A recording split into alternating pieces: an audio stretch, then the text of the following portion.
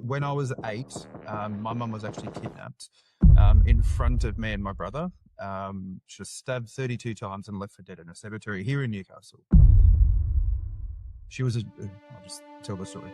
She was a drug dealer. I remember we had a marijuana plant growing in our house and we were raided by the police. And I remember my mum trying to convince the police that it was a Chinese maple. And this manager called me in and he's like, "Hey mate, you need to have a chat." And I thought, you're not doing enough. And he's like, "Look, we've spent like 11 years getting all of our client departments to accept that it takes us 11 weeks to send our documents back to them. You're doing it in 3 or 4 days. So I need you to slow down." I just went home to my wife and was like, I can't do this for another 40 years. Like, I can't sit here and just insist. Like, that's not what I want for the rest of my life. It changed me as a person in terms of like the trajectory I could have gotten down. I was going to say, I tell everybody, Microsoft's the world's biggest choose your own adventure. I'm the security guy. Nothing good ever happens in an email. The psychology of cybersecurity I find it fascinating. Like the earliest known scam for security type scam was like in ancient Greece, like 300 or 400 BC. A dude tried to commit insurance fraud. And that's all security is at the end of the day. Make sure it does what it's supposed to do and make sure it's there when you need it to. But I think, yeah, like looking back, it's like, holy shit, like I was there when some pretty cool things happened.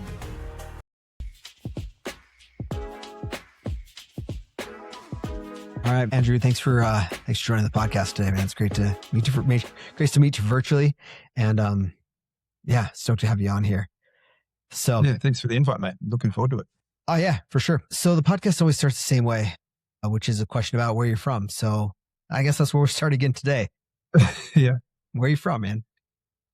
Well, broadly, Australia, a little island down in the South Pacific, you might have heard of. But I guess going to be a bit more specific, I was born in Sydney to 19-year-old parents who obviously thought that was a good idea. But I call Newcastle home, which is 90 minutes north of Sydney, approximately. Nice little beach town. I call it. Yeah, Newcastle is a steelwork city.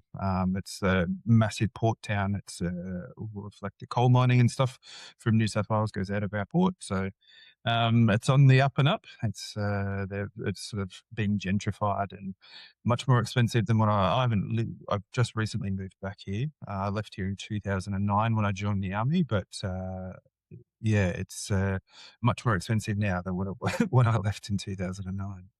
It sounds like a place that has some character, right? I mean, ton of character, man, and that's our nickname is the Steel City, and it's like our local professional football team, rugby league. They have a round where they wear mining jerseys, like jerseys that are high vis and all that kind of stuff to salute the background of the blue collar folks that work here and basically keep Newcastle running, really. That's cool, by the way. I love the idea of the rugby guys wear high vis as their home jerseys. That's freaking cool.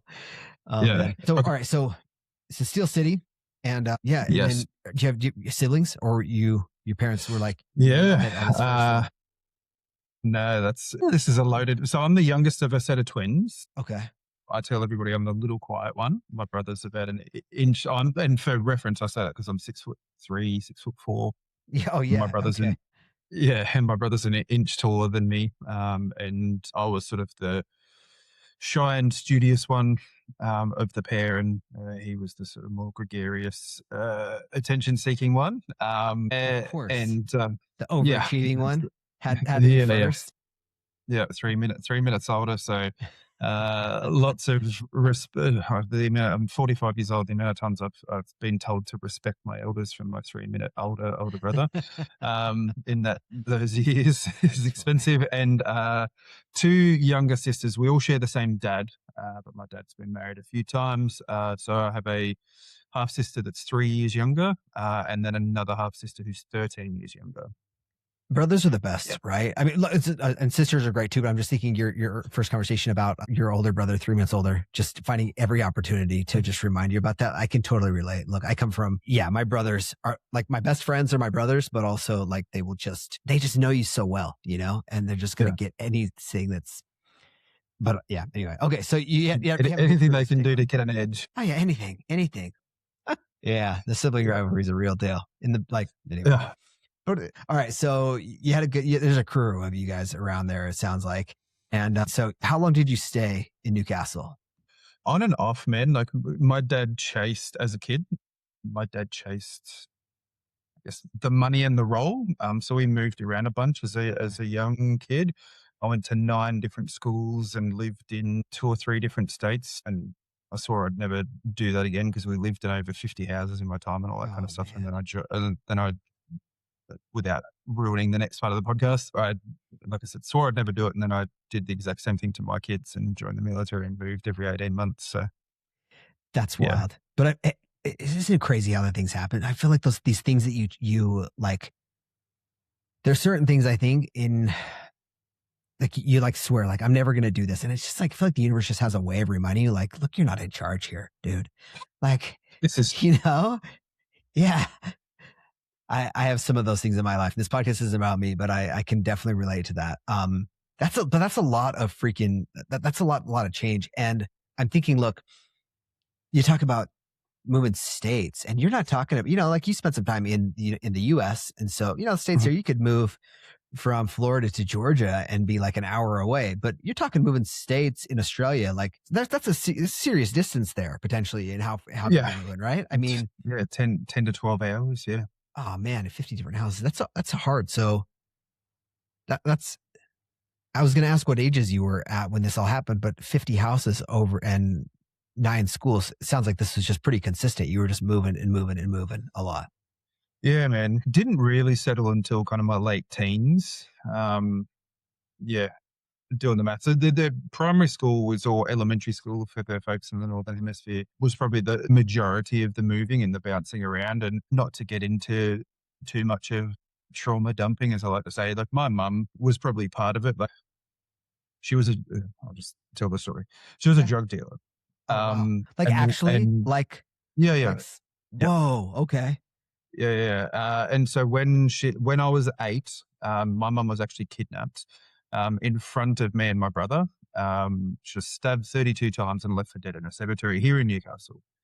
And so we were taken out of her care, and this was like the 80s, by the police and placed with my grandparents, which are my dad's parents. And so we lived with them for a couple of years. And so that kind of also influenced it a little bit. And so that up until I was 11, I think I'd gone to a different elementary school for every year of elementary school. And then high school kind of settled down a little bit. We swapped halfway through the 10th grade, and that was it. So I only had 2 high schools, but I had a lot of elementary schools. Dude, that's crazy. So like, can we talk about your mom as a drug dealer just for a minute? Sure. I'm just curious because that's okay. So did you already know that your mom was like did you have any idea that she was in anything illegal before then?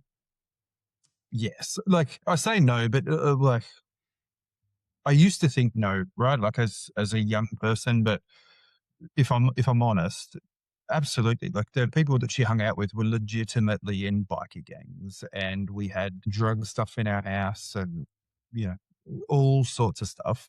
We've had our house raided by police. We've been burgled by other people trying to steal her stash, and all of those kind of things. So as a young kid, we saw a bunch of stuff that gosh.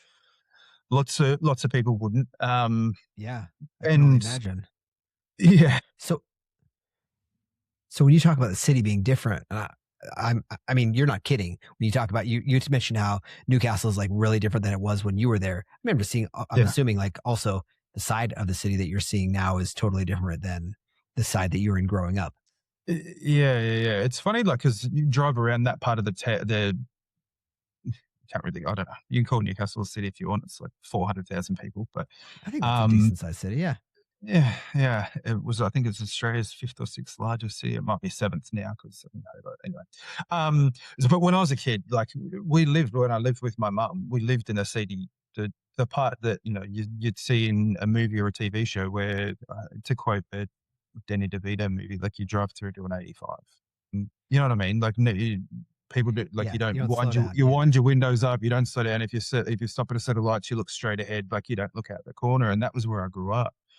Um, and it's funny, like, I talk to my kids all the time now because 'cause they've had 0 exposure to that side of life. And I was like, by the time I was your age, I'd seen this and I'd done this, and I drove them through that suburb a couple of months ago, like, not long after we moved back to Australia. And now like, it costs $1 million to buy a house in those suburbs. And I'm like, you couldn't have given them away when I was a kid. That's wild. Isn't it crazy how those things just change over time? I mean, Yeah.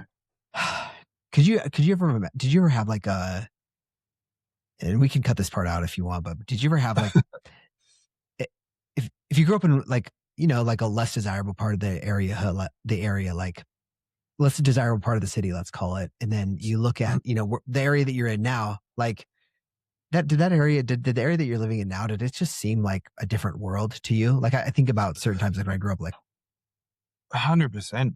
And it's maybe only like a mile or two away, right? I mean, yeah, where we are now, not to get into semantics, it's this suburb I live in now didn't exist when I was a kid. Okay. New development. Got it. But yeah, new development. But like, I couldn't have imagined having the money to live in a house like the house we live in, to shop at the places that I shop, to buy the kids the stuff that I buy the kids. It blows my mind. When we lived in America, I took the kids to Disney World, and the first, as everybody does, you go to Magic Kingdom. And I remember just like being so emotional standing there because I thought about like the opportunity I was giving my kids. I think my oldest daughter was just turned 13 and she's about to turn 18. And I just and I was honestly standing there staring at the castle, and I was like, just thinking about like the kid that I was at 13, I would have given anything, absolutely anything in the world to have that kind of experience and and I didn't get there till I was like 40. But to be able to do that for my kids and be there, I was like super emotional. Because in that moment, you're that kid again. You're 8 years old thinking 100%. About that, but you're 8 years old raising an 8-year-old. And I can totally relate to that. That's really cool. And I'm really glad that you got to experience that with your kids. That's freaking cool. It was funny though, because like my wife came from a very loving family. Her parents have been together like 50 years, and she lived in the one street for the first 26 years of her life. Her and her brother went to 2 different schools. That was it, And so I'm there all emotional in Disney World, and she's like, "What are you doing?" Like, I just never thought I'd be here. And she's like, "What are you talking about? It's just a holiday." And I'm like, "No, it's not." Like, no, it's not. It's so much more, dude, because it's, and you can't understand it unless you haven't been there. Right. But like, I actually think the most succinctly way you can understand is like Kanye West said, like, having money is not everything, but not having it is. And like, if you come from if you've never not had money, then you don't understand like what it means. So like, but if you have like, anyway, I can relate, but I don't know that much, but I can relate to not, wanting to go to Disneyland as a kid and not being able to go. So yeah. So I want one other question about your mom as a drug dealer. Was she like was she like a more of like a, like, I can't think of the right word, but like, was she like a drug dealer boss, or was she like on the corner slinging drugs, like on the streets? Yeah. Like, so through her brother, we actually had like family connections to a motorcycle gang. And so she had a variety of clientele. And she was also part of my story, I guess. She came out as a lesbian when my brother and I were 9 months old. That's why my mum and dad split up. So she also had like the gay community in the 80s as part of her clientele, but then she obviously still so the bikies and that kind of stuff. So, and it was a mix of everything from, I've never really gone into it with her because I didn't care and actually want to know, to be honest, but everything from marijuana through to heroin, is my understanding. Wild. Yeah. So, wow. But I remember we had a marijuana plant growing in our house and we were raided by the police. And I remember my mum trying to convince the police that it was a Chinese maple. And he's like, no. Yeah. He's like, no, he's not having any of it. He's like, look, lady, I do this for my job. I'm pretty aware of it. That's wild, man. I mean, and this was the 80s, like you said. And so it wasn't like, like if you live in Washington State now, like that wouldn't be a big deal. But in the 80s, pretty much everywhere, like that's not something you could get away with. Wow. So was that just a huge mind shift to go to live with your grandparents? Were your grandparents like pretty, I mean, I don't know anything about them either. Like maybe they were. They were the best humans on earth, I think. My dad was the oldest of 5 boys, and my grandma had my dad when she was super young too. So she was 18 when she had my dad, and then my dad was 19 when he had us. Oh, so she was still young. Your grandma was young at this point then. She's like... Yeah. Okay. And my granddad was a little bit older. He just retired from like 20 years driving state buses. And then all of a sudden it's like, here's your son's kids. Bloop. You got to take care of them. And they still had my dad's 3 youngest brothers living at home. Oh, wow. So my brother and I got to share a bedroom with 2 of our uncles because it was a massive room. Like, don't get me wrong, it doesn't sound like it. Like it comfortably fit the 4 of us. And so there's these little 8-year-olds living with her. My youngest uncle was only 9 and a bit years older than me and my brother. So it was like we just got an extra couple of big brothers, and it was good fun. But my grandma was one of those people that she went to church like 2 or 3 times a week. My granddad was the polar opposite. He has never met a beer that he didn't want to drink. Like every day at 3:00 was happy hour. Like everything stopped at 3:00 and he just drank and drank and drank. Didn't want to hear about church, didn't care, didn't anything about it, but just a solid blue collar guy. He dropped out of school. Like he was one of 7 and born in the 40s or whatever, dropped out of school and got a job because they didn't have enough food back then in the Depression to feed everybody. So I think he finished school when he was like 8 and had done a variety of jobs his whole life. And, he'd done a little bit of national service, and back when that was a thing, post World War II, when we still had the army, but we had national service internally.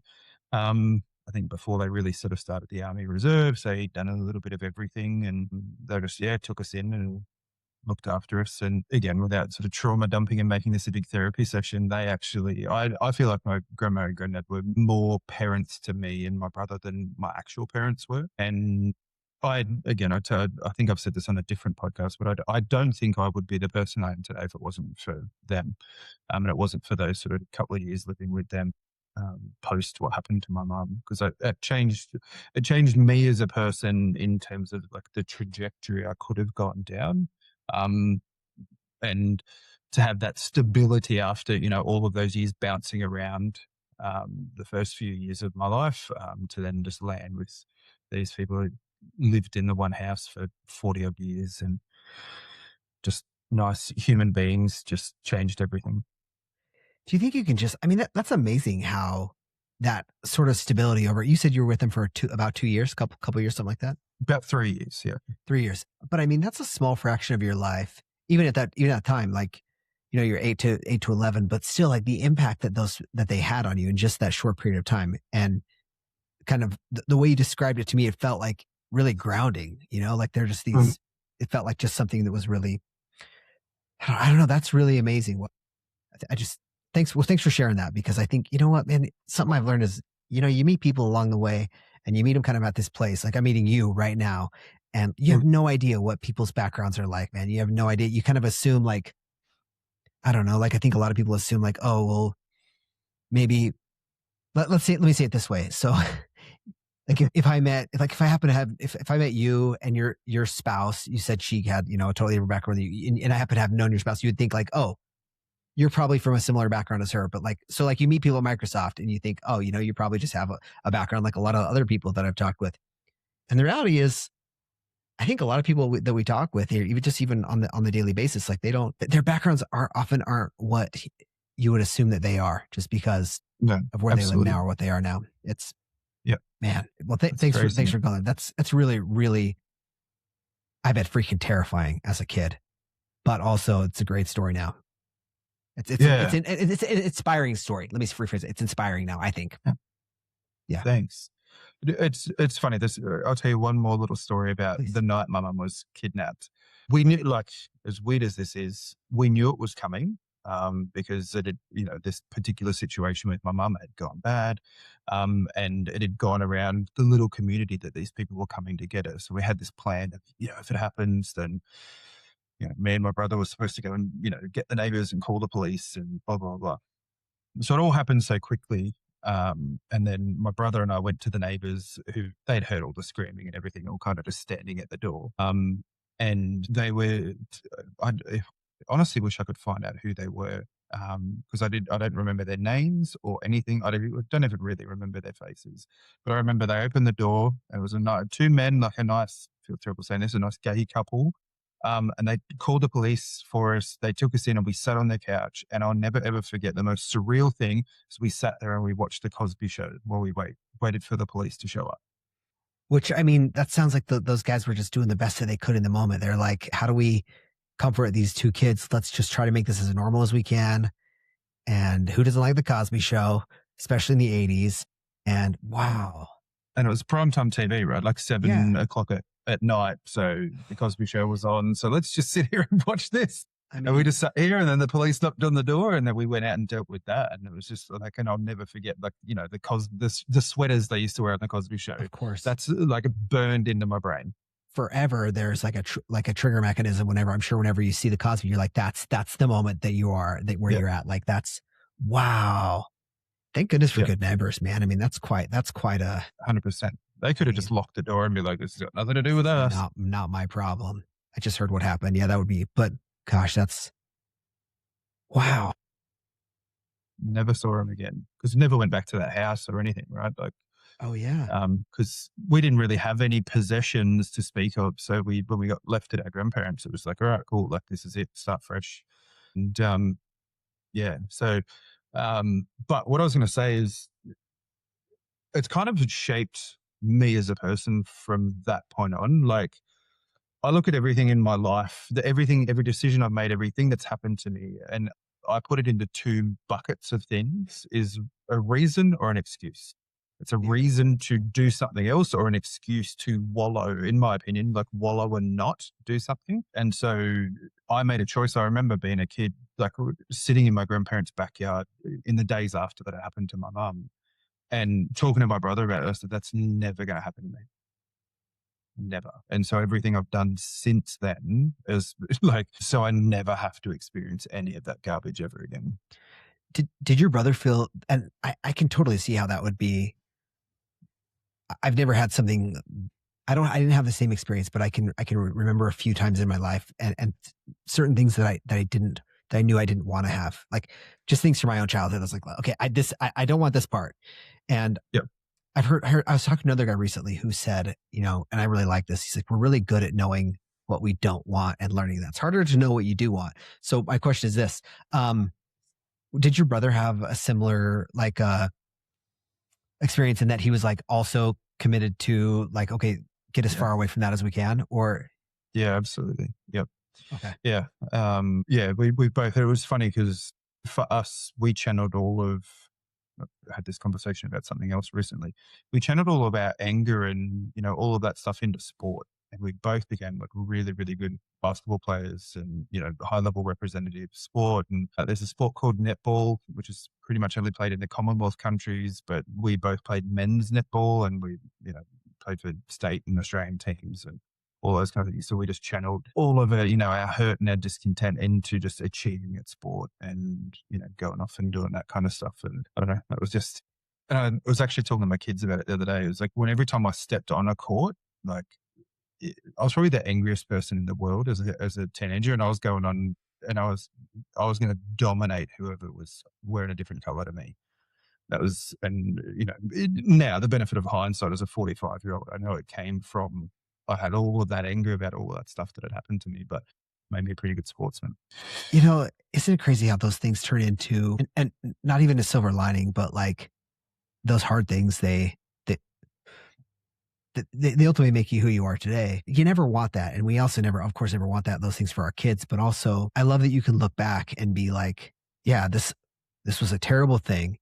And full stop, this is a terrible thing, a terrible experience. And because of that, this allowed me to channel and focus and achieve some other really cool things and a lot of, sounds like some good things came.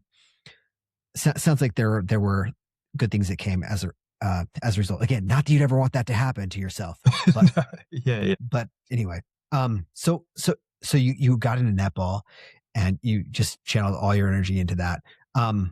Was netball the number one focus for you, from sport concern or from a sport angle, or did you play anything else? It was actually basketball. Was my basketball, okay. Yeah, that was my love for 20 plus years of my life. Nice. And it was funny. I actually didn't get the first job I ever applied for, because when they asked me the question, "Where do you see yourself in 5 years?" I told them playing in the NBA. Really? Okay. Yeah. So you played all the way through. So when you're applying for a job, like, this is after high school, so you play at university and everything? We don't have university sports really, like, to the level that I did get some offers to go and play college basketball in America, but because life, I'd moved back with my mum and we didn't have any money, so we couldn't afford to get me over there. But I played semi-professionally here, so I played at oh wow, pretty high level. But yeah, if you paid to play a sport, like, that's I think that's really high. That's puts you like in the top 1% of athletes, I'd say. I don't know exactly the number, but like, that's impressive. If you're playing semi-pro, you're getting paid to play. That's freaking cool. What position were you? I was a shooting guard. Right on. So yeah, sit on the wing, and I like to tell everybody else, before my time, I'd sort of sit in the corner and splash some threes when the ball got out to me. But I would have killed today's game, but I used to sit there and just get maybe 5 shots a game back in the day. But now I'd be shooting 15, 20 times, I reckon. Yeah, man. It's not too late, Trust me, it is. I interviewed this guy, this episode I published a couple of weeks ago, and he was a B-52 pilot here. He's the same age as me, 43. And he was like, you know what I've been thinking about doing recently? He's like, dude, he's in good shape, great shape. He's like, I think I'm going to try it. He's like, I got a little eligibility left. I'm going to try to go walk on at the local university. And I was like, bro, freaking do it. He's like, look, I know that I'm going to get destroyed. My body is going to get destroyed. But he's like, I think that if I can be a little bit smarter, play a little bit smarter. And I was like, well, yeah, why not? What, the 12th man at the end of the bench waving a towel. Why not? Why not? He's like, I'll take a load of courses and just like see if I can walk onto the team. And I'm like, you know what? That would be that. I hope he does it. And I think, you never know, man. That could be you. You could be out there, getting out there again. That would be so good. I'm a little bit, if we want to talk about my military career at some point, I'm a little bit broken. So I probably that's a good point. Yeah, fair enough. You were a little, old, and I've let myself go a little bit. But, and it was funny though, I was still playing up until my mid-30s. And I was playing this, I was living in Canberra, which is Australia's capital. And I got invited to play in this competition. It was called the Canberra Players League. And it's guys that go to our Australian Institute of Sport with players like Andrew Bogut and Dante Exum and guys like that. I live in Utah. Andrew Bogut. I know Andrew Bogut. He came to college. Yeah. Of course. Yeah. Joe Ingles. Those guys. Yeah. Joe Ingles. Yeah. Joe. Is the man. Obviously, Joe. Yeah. I've got his singlet. But so the guys that go to the AIS play in this competition. The guys that play pro play in this competition, and whatever. And if you've played in and around that level, you can be invited to play. And they have a strict no dickheads rule. So if you're a dickhead, you're not going to get invited. So I got invited. I showed up to one game, and they said, "You're marking that kid, and he's unreal. He's a very good 3-point shooter. Just like keep him on the wing. That's all he wants to do is shoot." I was like, "Yep, no worries, got it." So he's just all he did was run up and down the sideline. We turned it over, going back up the court. So they started a fast break. He sprinted to the corner. I was like, "Well, this is boring. I'm going to come and cut to the middle and try and help defense." So I jumped, thinking I was going to block this dude. The ball went past my head. And then this 17-year-old kid dunked on me. I was 34. He's literally half my age. And I'd never been dunked on in my life. And I'm talking mate, I used to be very athletic, It is not my ego talking. Like I've dunked on people in games and all sorts of stuff. I've never been dunked on until that point. And I was like, that's it. I'm done. Like, this is not my time. This is a young kid's game. I'm out. And the guys were like, "Yeah, good game, man. See you next week." And I'm like, "You absolutely will not see me next week." Never again. Never went back. That's awesome. I love that. That's a great man. There, you know, it's hard to compete with youth. You know, Oh, like it's just there's something about being 17 to 25 or 30, and it's yeah, even if you've got like the old man sneaky moves, and like I've got friends that played professionally. Like I know the dudes that were in Andrew Bogut's Australian team when they won the World Juniors and all that kind of stuff. Like I've played with some phenomenal guys. But the other thing, like you can't teach confidence, right? And yeah, that kid at 17 years old at the Australian Institute of Sport, he's the top 20 people in Australia at that sport at that time. Do you know what I mean? Like yeah. it's them and the guys that are in the Australian men's team. They're the top 25 basketball players in Australia. And so he's got all of that confidence and he just put it on my head. And I was like, all right, good luck, man. All the best. And he's playing pro here now in Australia. Like he plays for one of our professional teams and he's doing good. I've kept track of That's him ever since he dumped on me. And I'm just like, yeah, good on him. I mean, you kind of at some point you have a little like it's not ideal, obviously, to get dunked on, but also you see them like, okay, I got a little respect for that now. Also, it's a great story if you're, having a party with some friends, like that guy dunked on me once. Like I know that guy. He doesn't remember me except Yeah, he put me just on that his he was just invisible that poster. old guy he dunked on years ago. Yeah. It would be great if someone knew him and was like, actually, that was really important to that guy. You really, he was. He tells that He story tells all the his, time. he I'm like, tells his- thank you. you might have set him up for success, man. That might have been like one of your early management experiences. Yeah, he's like, I've got it. That's what I needed. You're in his will. He's gonna bequeath everything to you someday. He's like, this guy, I owed all to Andrew Nathan. That's great. Oh man. All right. Okay. So you hung up you hung up your basketball sneakers. So you said there's not like college athletics are not the same in Australia, but you did go to college. You did, right? But I went tell to me that college story. when Yeah. I was actually in the US working for Microsoft. I got Microsoft to pay for Really? my tuition. So I studied while I was working full time there. So okay.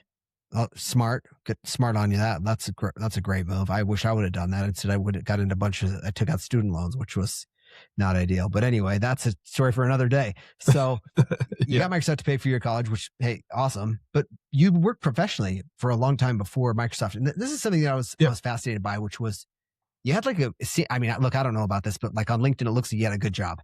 And then you were like, at some point you had a good job and then you decided to change that and go serve in the army.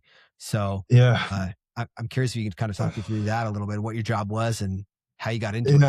If you didn't go to university, how'd you get the job in the first place? Just hard work? Yeah. So the Australian Public Service I joined right after they used to have a public service exam. So you have to go and sit and do aptitude tests and all that kind of stuff. But they just scrapped that and they were doing this early 2000s and it was, like all over the world, call centers were booming. Yeah. And so Centrelink was Australia's version of the Department of Social Security. So all of the welfare payments, the pension payments and all of that kind of stuff. And they just put an advertisement in the paper and said, we need call center operators. I was working in a call center as a debt collector at the time. And so I was like, government job. Yes, I want that. And so I applied. Stability, right? You're like only stability.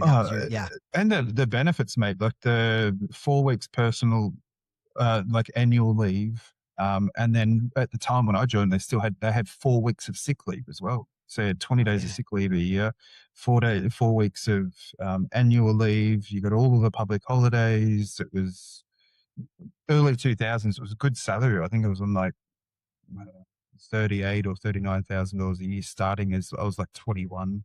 That feels like $3.5 million to a 21-year-old kid, especially coming from like a little like place with a childhood with not a lot of money. Things like you can buy snacks when you go buy gas at the same time, bro. Dude, you are loving life, right? The best.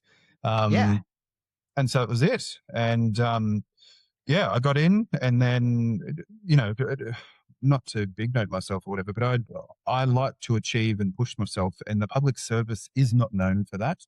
So I guess it's similar to all of the jobs that I've had for the last sort of 20 years.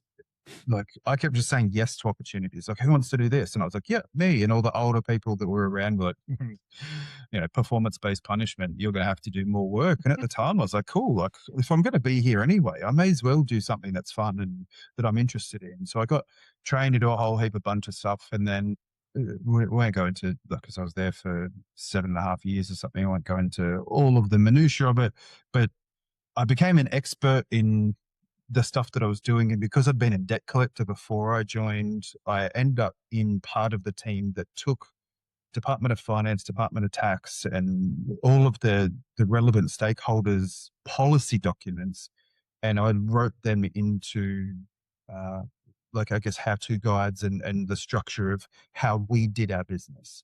So lots of flowcharts, if this, then that, this legislation means this, so you have to say this to the customer, that kind of stuff. And that was the job that I was doing right before I left to join the military.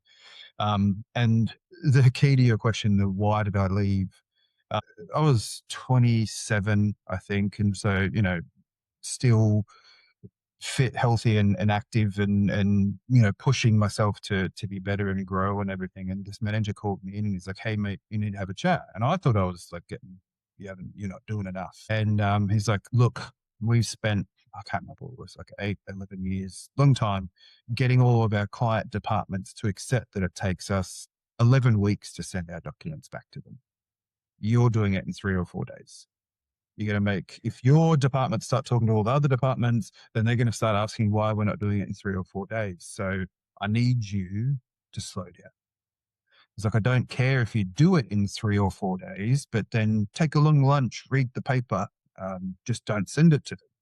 And I just went home to my wife and was like, I can't do this for another 40 years. Like, I can't sit here and just exist. Like, that's not what I want for the rest of my life. So she's like, what do you want to do? And started looking at options. And I said, I make that sound like that was a long period of time. I literally spent one night. It was like, and I knew I wanted to work with computers, and I went on and took jobs that pay you to learn how to do IT. And the first job that popped up was the information systems technician in the Army. And Defence Force recruiting was literally a block over from the building that I was working in. So the next day I walked in, put my bag down, and then walked down to Defence Force recruiting and went, what do I got to do? And it was that easy. I mean, what was that conversation like? Was the guy like, that's like a golden ticket for him, right? You walk in, you're like, what do I do? And he's like, oh yeah. Cause right. I mean, he's trying to recruit. And so. Well, it's an interesting story. Half this stuff sounds made up, I swear. But so because of the level that I was at Microsoft, at Centrelink, I was the youngest person to make the level that I was at 27, blah, blah, blah. And so I initially applied to become an officer, and I did the aptitude test, and they thought I cheated because the aptitude test is timed. You're not supposed to be able to finish it, and I finished it. And I walked out like 40 minutes before the next person walked out. And they called me back in, and I went back into the room. And there was the Defence Force recruiter, it was a civilian guy.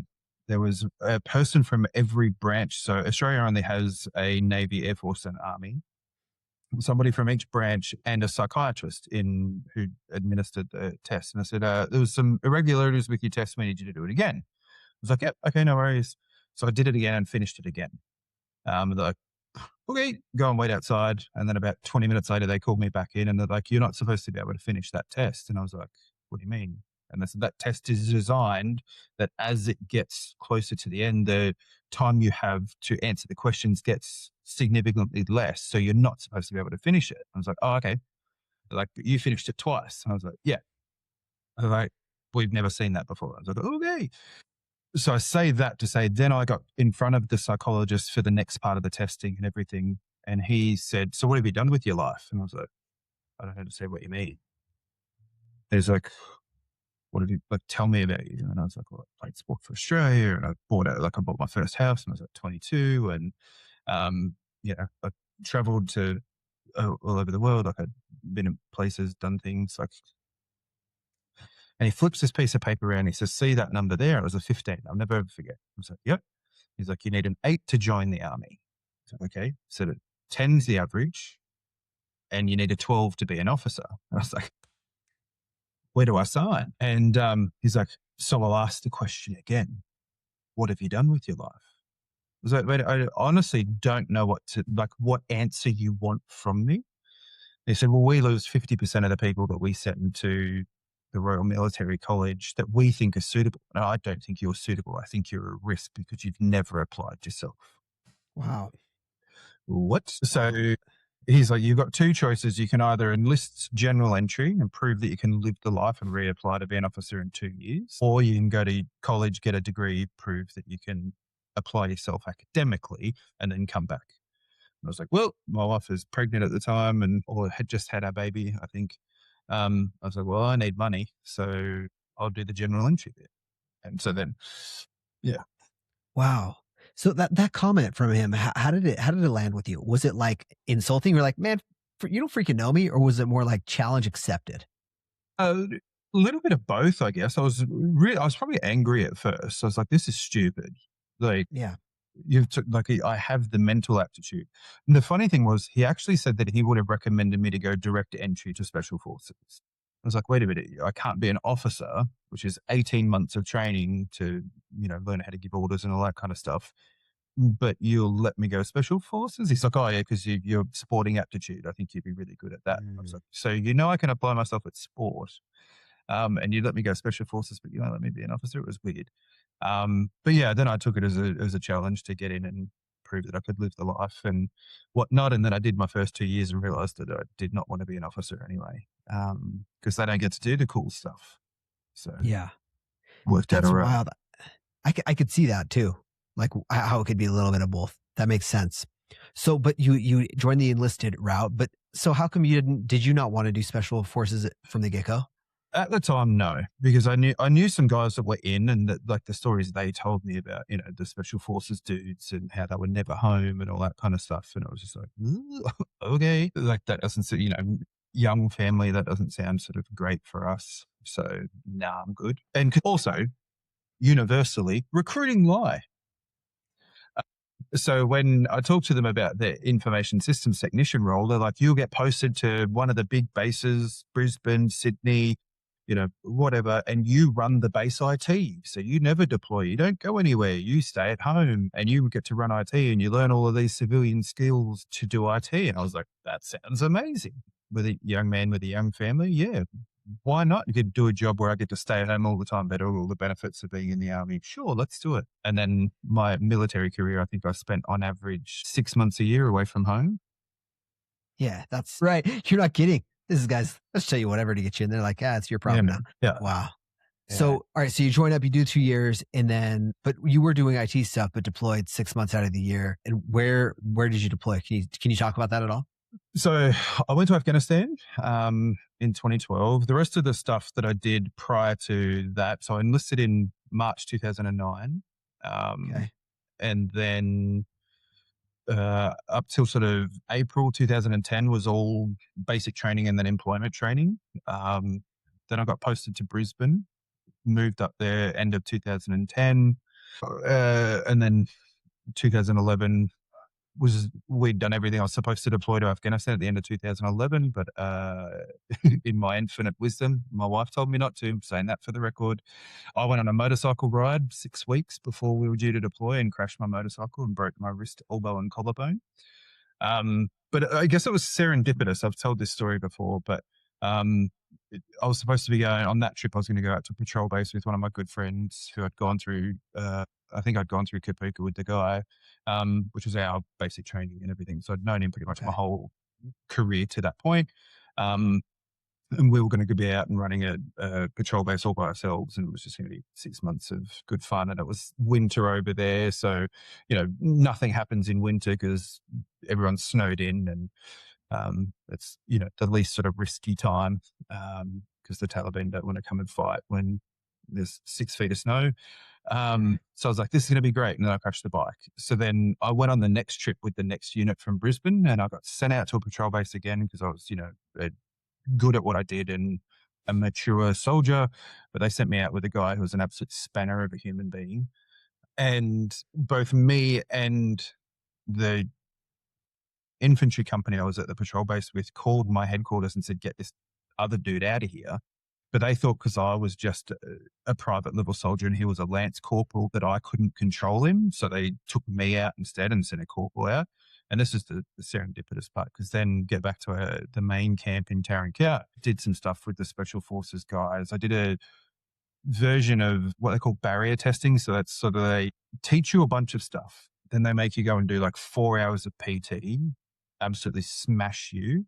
And then at the end of that 4 hours, while you're gassed from the PT, you have to brief somebody on what you were taught before that lesson. And past that, and at that point, I got my posting. Well, they recommended me to get a posting to the Special Forces. You've still got to do some other like sort of psychological testing and everything to prove you can get in. But from that point, I was pretty much in. Funnily enough, I had to do the aptitude testing again.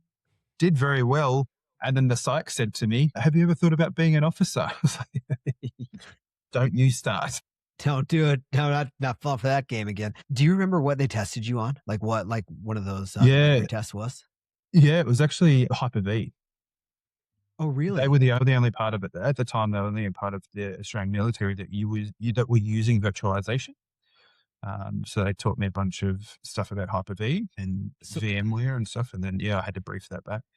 That's what. So they sit you down, they give you a crash course on virtualization, and then they just send you out for 4 hours of PT and just exhaust you, right? You're like, whatever it is, 4 hours. And then they come back in. And did you know this was kind of the cadence that at the end of this, you were going to get tested again? Or did you like, okay, you're done? Or was this developing information for you as it goes along? I had been told previously that that's how it works. Okay. I didn't put 2 and 2 together at the time. So I'd gone up there and they're like, hey, this is what we do and blah, blah, blah. Because I just got an invite to go up there one day. And I was like, yeah, okay, no worries. So I didn't know what I was up there for. And they're like, yeah. And then one of the guys is actually from my hometown and says, I bring PT gear. I was like, yeah, no worries, man.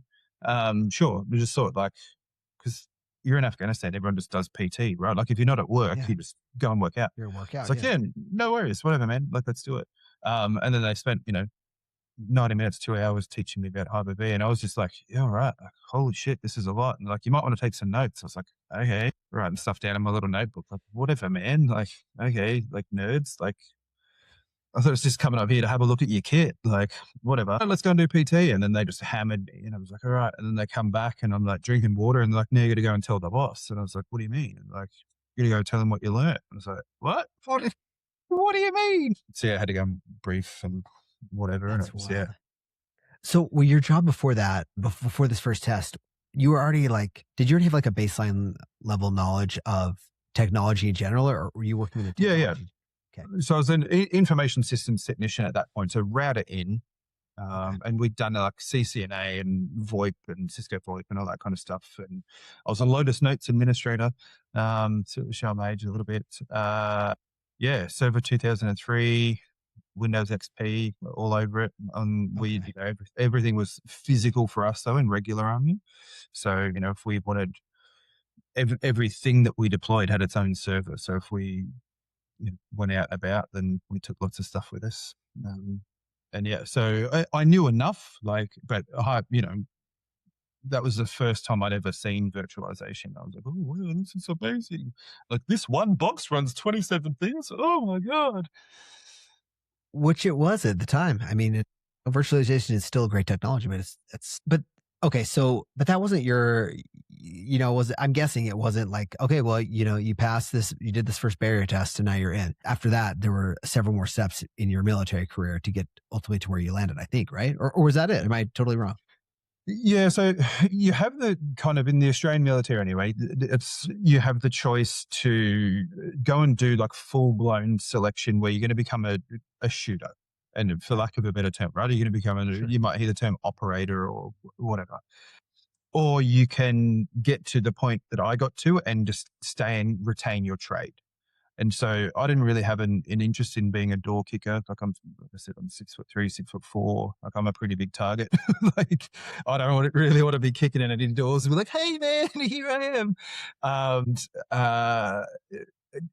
Ironically, I think my sporting history had like for me, I didn't have, like, I felt like I didn't have anything to prove. Like I knew I could go and perform at the highest level. I've worn the Australian tracksuit to play sport, and I've been MVP of national tournaments. Like a lot of, in hindsight, after spending 4 years in special forces, talking to a lot of dudes, a lot of them go in to try and prove something that they can do physically and perform and all that kind of stuff. Whereas I don't know, like I knew I could. For me, the challenge of the technology side of it was more of a draw.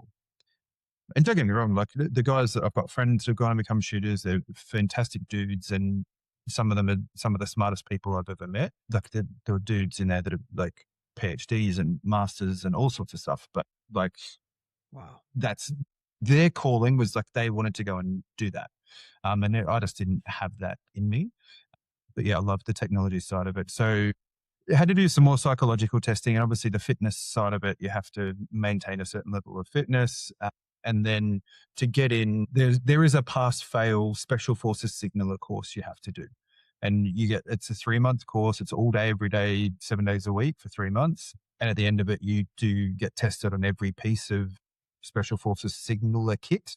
And if you don't pass, you don't go to your unit. You get back to your regular army unit. So I passed that at the end and got the designation of Special Forces Signaler, so they can never take that off me. But yeah, I never became an actual fully qualified operator. So what's signal communications? Like, what's the difference between that versus, like, again, I'm such a donk with all this everything, but what's the signal part of signal communications mean? So that, back in the day, it was literally, waving the flags or flashing the lights and doing all that kind of stuff. In today's army, it's sort of broken up into a couple of different trades within the Corps. So the guys that deal with the satellites, the SATCOM type folks, they're the guys that'll go out and put all the big antenna arrays up and all of those kind of things. There's the radio operators, so they deal with more of the terrestrial comms. There's electronic warfare, so the guys that go out and try and find the enemy signals and override it and overmatch it. It's like me, that we're information systems, so we're doing like the carriage of email, SharePoint, that kind of stuff, to make sure that battle plans are stored and people can access. I used to work with the geospatial text and stuff, so they get the satellite imagery and make sure that they had enough storage to put their stuff, so we could get a good site map of the place and have all the latest up to date stuff. And own software for what we called Blue Force tracking. As went out, they take their little GPS on them so we could see where they were in relation to the conflict and that kind of stuff. So lots of different stuff and making sure that that's up all the time. And then as a special forces signaler, we always sort of rotate through essentially shifts doing logging and communications, monitoring the radios and recording the logs and making sure that everything was recorded. And we had special software that, we couldn't delete. So once you put something in a log, it was there forever. So if somebody said something on the radio, like, "We just shot him," it was recorded, so we could always use it for investigations and whatnot. So a little bit of everything, but it was basically command and control of the battlefield. We would go in as a signals unit and make sure that infantry, artillery, armored corps, all those guys had the right communications and were able to communicate on the battlefield. That's an interesting viewpoint of that conflict, I'm guessing. I mean, to be able to see it from a command and control perspective. I mean, you saw and heard, the way I'm reading between the lines here, but it sounds like you had a unique view in that you were able to see it both at a macro level and a micro level, because you were attached to, right? Is that accurate? Okay. Yeah, it was interesting, right? Because there were times where I was the actual guy that went out with the team. It was like, I'm taking the comms and it's my turn to go out, and I've got the radio, I've got the, everything else that we need to communicate and send the photos back and do all the things that we need to do. The first 18 months, I was attached to the Special Operations Engineer Regiment, so the guys that were doing like bomb disposals and decontamination, all those kind of stuff. So I got qualified in all of that decontamination, like the full. You see it in the movies, the guys wearing the big respiration masks and hazmat suits and all that kind of stuff. We call it MOP 4, but super qualified and all of that kind of stuff, getting gassed and those kind of things. So you're going to know how to do all of this stuff while still doing your day job. So I used to joke about it, like, there's all of the core rivalry and whatnot in the military, and like the infantry guys are like, "Oh, we're the guys who are going to close and capture and kill the enemy," and I'm like, "Dude, I'm out there with you. Like, I know how to use the radios and send emails back. Like, and I remember I got in a little bit of an argument with a helicopter pilot in Afghanistan because he was like, "Oh, the helicopter's the most important." With whatever, I can't remember what he was saying, but it was basically saying they're the most important people in Afghanistan because they're the. I was like, "Yeah, good luck sending an email with your chopper, mate." He just tried to fight me, and then we did G20 preparation when it was in Brisbane in 2015 or whatever it was. And we're up on the Gold Coast. The engineers were just pissing me off. They were just asking me, and I'm say this, they're asking me like stupid questions and making me do all the shitty work they didn't want to do. So I made the password for the welfare internet, no comms, no bombs. So anytime any of them wanted to use the internet, that's the password they had to put in. They were so angry. They sent their warrant officer up to tell me to change it. I was like, mate, if I change it, I'm turning it off. And he's like, but you can't do that. I was like, yes, I absolutely can. I don't have to, like nothing in our like deployment order for the trip had said that I had to provide welfare or internet. I was just doing it because I knew how to do it and I was trying to be a nice guy. I said, you guys have been dicks. I said, you're going to continue being dicks. I'll just turn it off, mate. And they're like, all right. And they just left it. And I was like, that's funny, man. I like that. Look, I like that. That's awesome. It's funny because it was me and one other, he was one of the techs, the satellite technicians. He was up there with me. So it was just us. We were the only signals people they had for the whole trip. And they were just being jerks. And there was 100 of them and 2 of us. And I was like, I'm not going to take this. I don't care what rank you are. I don't care who you think you are. No. And so, they backed down pretty quick. Good for you. Did you like here's what I'm thinking. You joined the military and next thing you know, you're doing comms and signal support for the G20. I mean, do you ever look around like, I know those guys, they're terrible coworkers sometimes. There's no way around it, but that's kind of cool. I've never been to the G20 or anywhere near it. Was that kind of, were there ever any other experiences like that? Or was that even a thing? Or was it just like, this is just a job, I'm at the G20, whoop-de-doo? Was there ever any of that? I mean, it's funny. The further I've gotten removed from it, the more like now I'm like, holy shit, I did some pretty cool stuff. I was the first person in the Australian military to do a Skype for business call on the back of a C-17 at 9,000. I mean, that's pretty cool. And cool. We did it with like the SATCOM on the bottom of the airplane and established this call because I was the head of SOCOM's personal SIG. Wow. Okay. Yeah. And SOCOM is, I just learned this in a call with a guy a couple weeks ago. SOCOM is Southern Command, right? No, so in Australia, SOCOM is Special Operations Command. Oh, Special Operations Command. Okay, yeah. But so it was a two-star general, and I was his personal SIG. So he had to fly somewhere. We had a delegate from I'm not allowed to say that. We had a delegate from another country's military, same rank and everything on the flight with us, and it was probably a little bit of showing off because nobody had done it before. And I'd been given 24 hours to prove that I could do it before we jumped on this flight.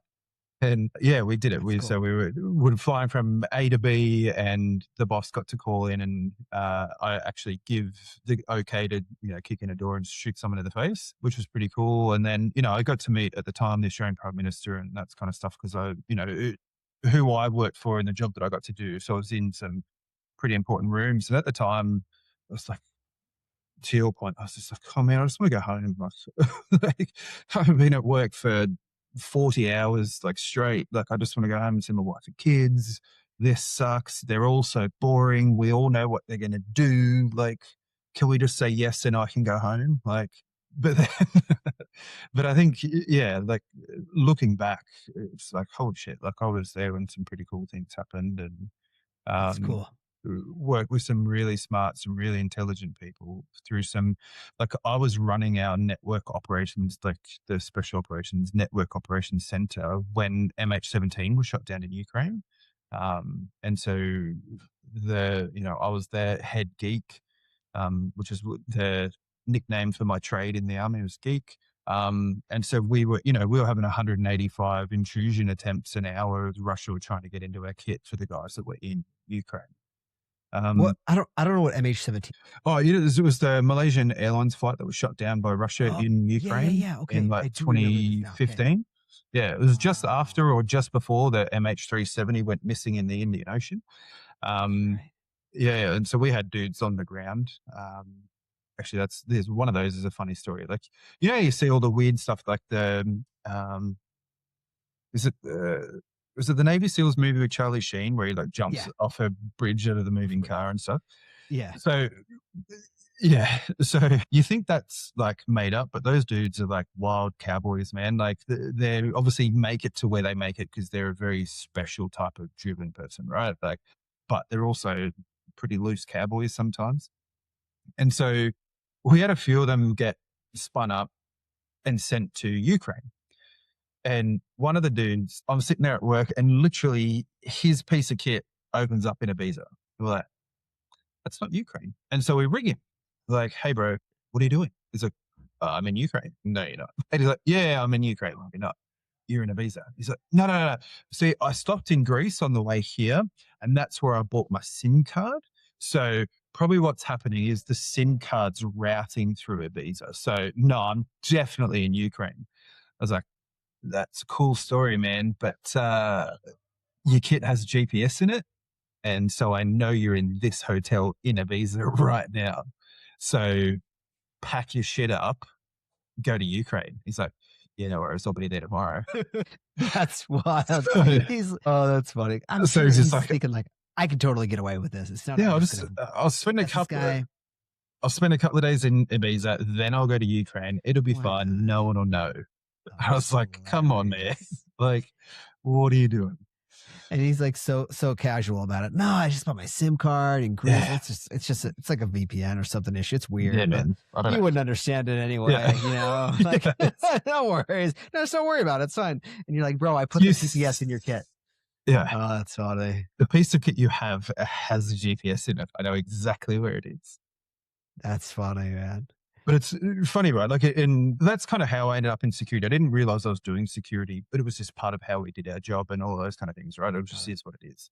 I'll never forget that trip. They all came home and we had to debrief after actual report what happened, did any penetration attempts get through, blah, blah, blah. We had to give the boss, and again, a lieutenant colonel, all the information. And he was like, we're going to nuke all of that kit. And we're like, what do you mean? Why? He's like, because now the enemy know our MAC address. Oh, wow. And we're like, hang on, man. Do you understand how a MAC address works? He's like, yes, it's the physical address of the item. I was like, yeah, but the first half of the MAC address is always the same because it's the manufacturer's ID.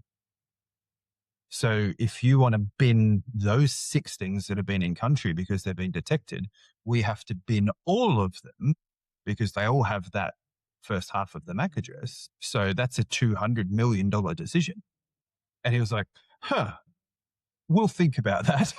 And then like 4 days later, he turned around and went, no, we've done the risk assessment. Everything's fine. We're not going to bin the equipment.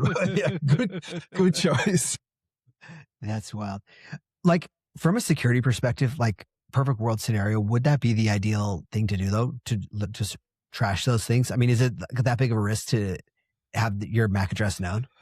For spoofing purposes and stuff, it is a risk. But then you have to then $200 million risk clearly. But no, it's not a $200 million risk. And because those items in particular were very specific individual use items, so they were never going to expose a whole battalion deployment or anything like that. It was pretty much a one-person operation. So if it did get compromised, all it would expose was one piece of kit. Number one. Number two, you would then have to assume that for them to spoof it, that would be on your network all the time and then have the same encryption. Again, it was the way it was encrypted and everything. It was a one-to-one pair. So they couldn't just spoof a MAC address and jump on because it would create a conflict with the encryption for that device. So again, there was, for that particular piece of equipment, it was not really ever a risk for that. But for, your router, my router, like the ones that we run sort of commercially off the shelf, yeah, it's probably a more significant risk for us. Okay.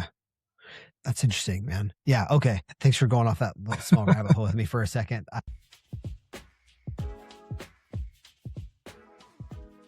So yeah, okay, so you finished this time, and I actually have one clarifying question. You said you described your job as like the assistant to the 2-star, but you used a specific word, and I wasn't sure what it was. So that you I were was like his the personal signalman. SIG. SIG. Oh, his personal SIG. Yeah. Okay, got it. That makes sense.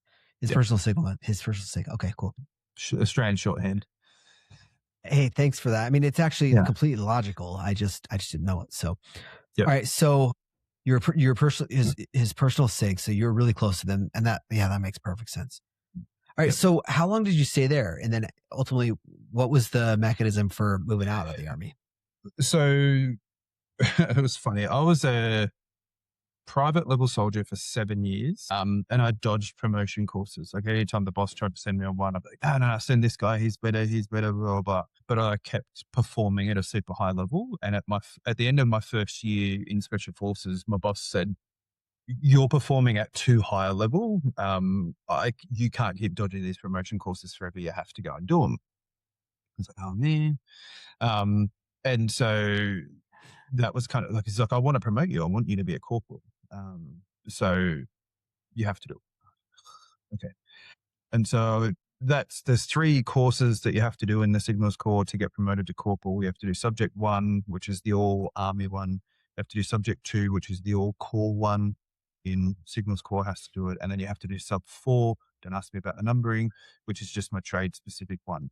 Sub 1 is 2 months. Sub 2 is 6 weeks. Sub 4 is 3 months. And I had to do them all in 1 year. And I got home, and my oldest daughter, the morning I walked in, my oldest daughter was standing in the hallway, and she just cried.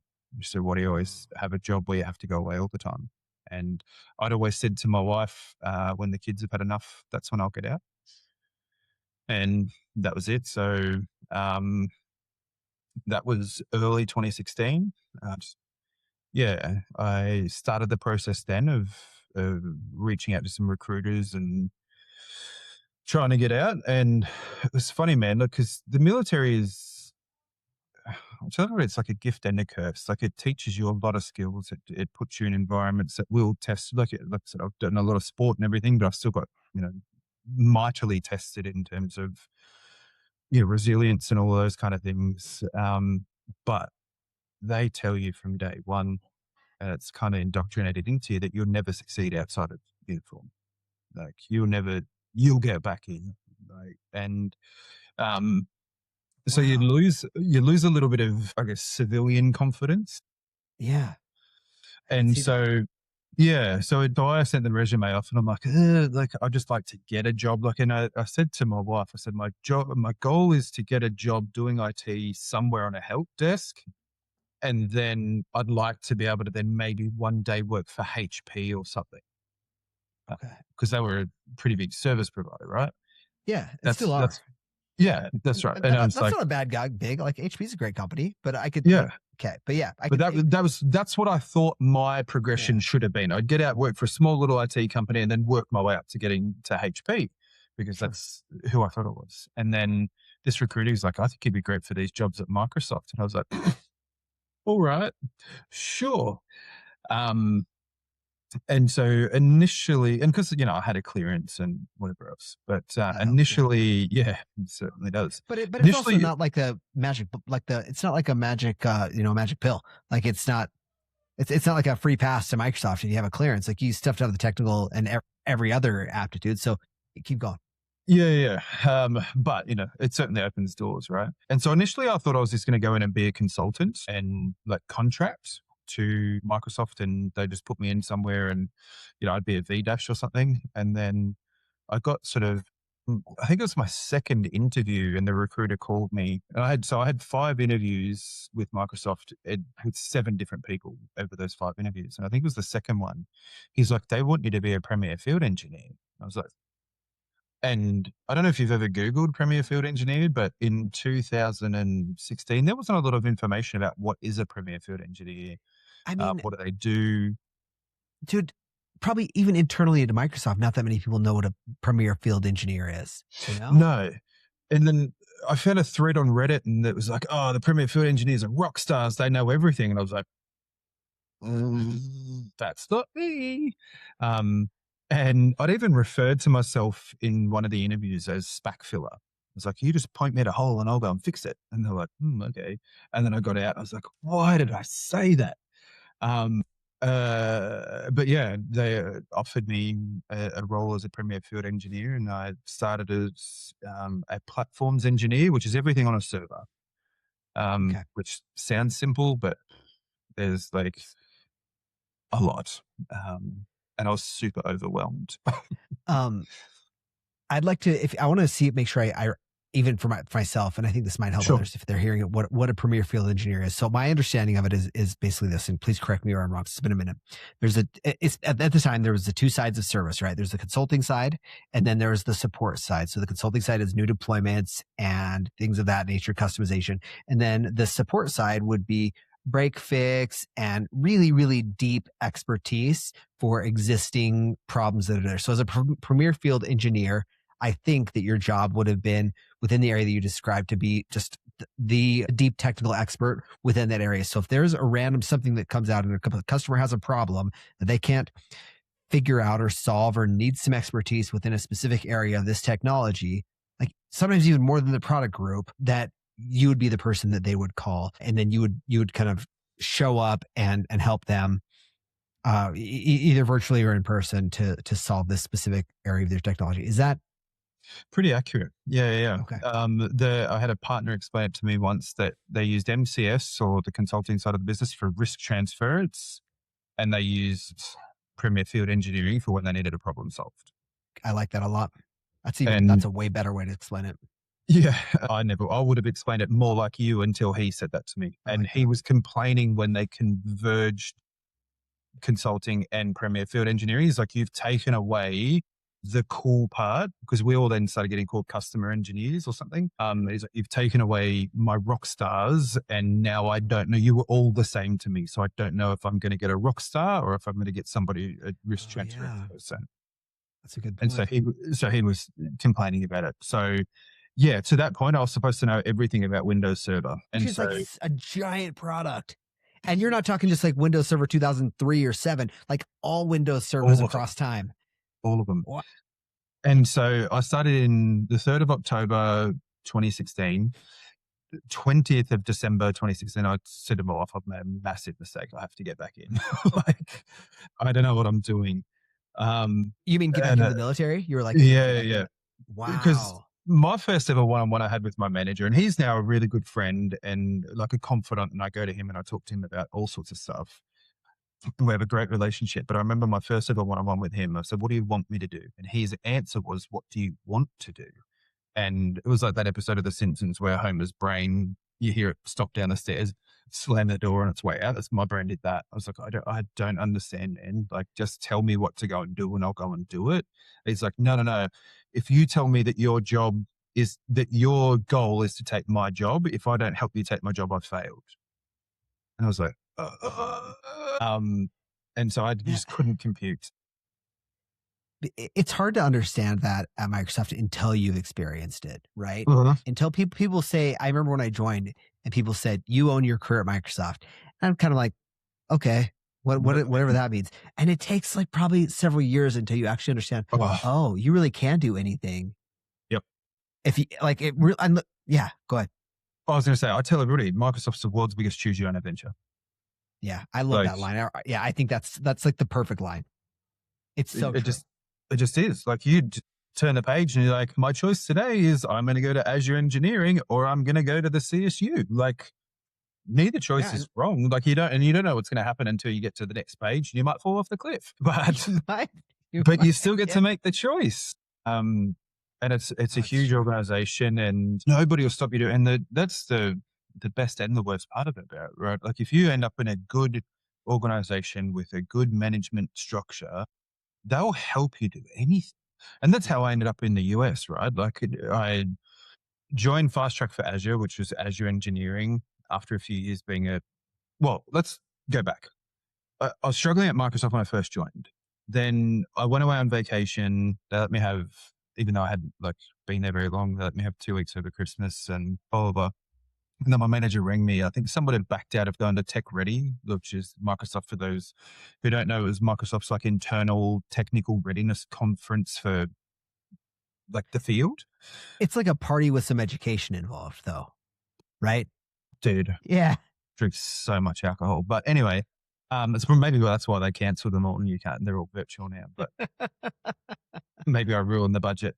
But he's like, "Do you want to go to Seattle in the first week of February? Somebody's pulled out. There's a ticket for you to go to Ready." And I was like, "Okay, sure." Okayed it with the wife and kids and everything, and off I went. And they let you pick your own schedule. There's like, you could go to every French speaking session you wanted to if you're that way inclined, learn nothing but just, hear the dulcet tones of the French.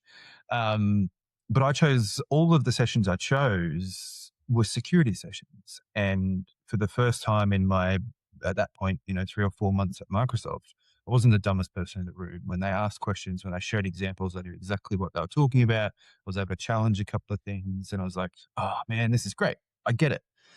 And so I went back and I told my boss, and he's like, "Ugh, I'm going to lose another one to security, aren't I?" I was like, "What do you mean?" So you could do security for a living, and that was it. boom. He let me become a cybersecurity premier field engineer, and my career just completely changed.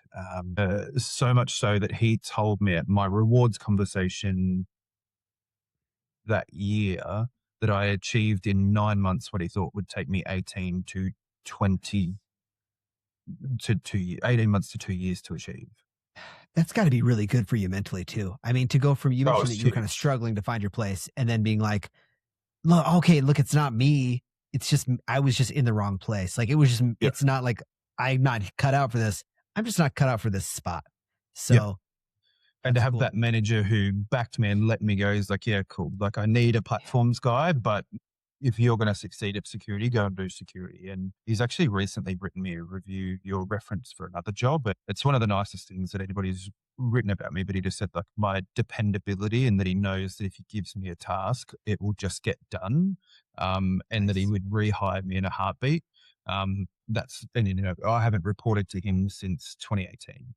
And he still thinks that way about me today, in early 2026 is really, really nice.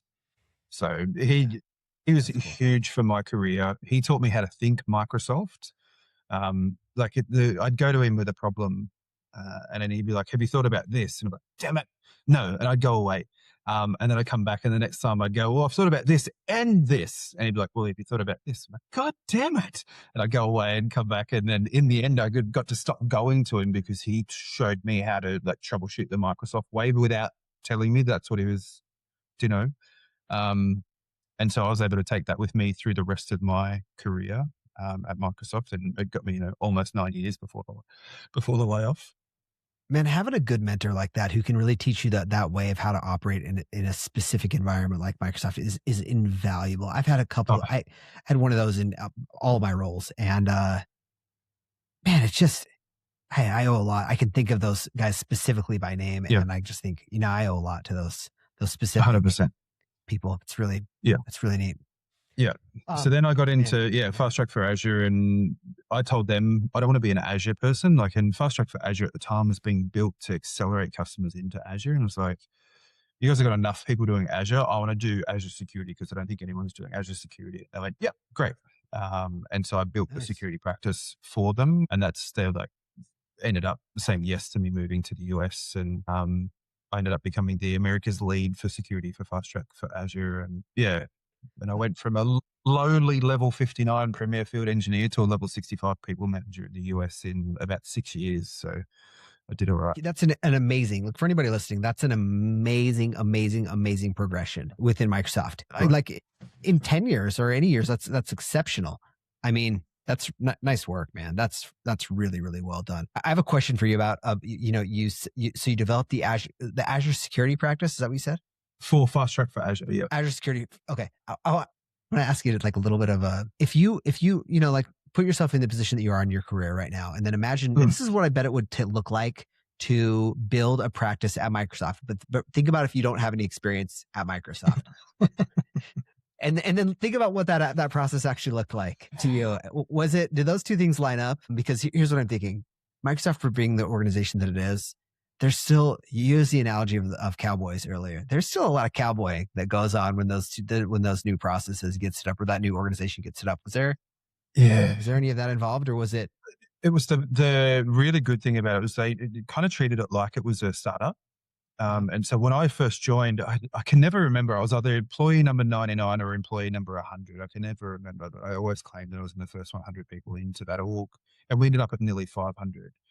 And so there was a couple of conversations that I had in that like 5-year period in Fast Track for Azure where there was a few times I got told I was going rogue.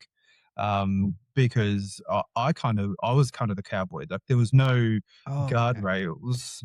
Like, so when I joined Fast Track for Azure, security was a sub function because Fast Track for Azure had what they called categories. So they had data, they had infrastructure, they had management, they had AI, they had networking, and security was under management. And I went, no. And so I broke security out, and then I took just a bunch of people with me. And I was like, I like the way you talk about this monitoring, and I like the way you talk about this. So come and be on this V team with me. And we started up a V team, and then we started writing delivery guides, and then we started this, that, and the other. And by the time anybody realized what I was actually doing, I had a group of 11 people just doing it. And they're like, nice. Wait a minute. I was like, we're already doing it. And it's not just me here in Australia. We've got this person doing it in England, and this person's doing it in India, and this person's doing it in Singapore. So like this is global now. And there's a dude in Sweden that's got a really cool blog post about this thing that we just did. So, and they're like, yeah, well, that's what we wanted to have happen. So good job. Like, you know what Microsoft's like? It's like, if you can prove success, then all of the cowboy stuff is just swept under the rug. And I say, like, not that it's, I don't know, that makes it sound sort of nefarious. I know what you mean. No, it's like accepted. Yeah. Like the scoreboard solves a lot of problems, right? The scoreboard removes the red tape. Let's say that. I mean, it's like if it wouldn't have been successful, then maybe it would have been a problem. But But it's just like, oh, okay, and like not like you were doing anything nefarious or wrong. It's just people would maybe give you some more scrutiny. Okay, well, let's free up these resources to do something else. But because I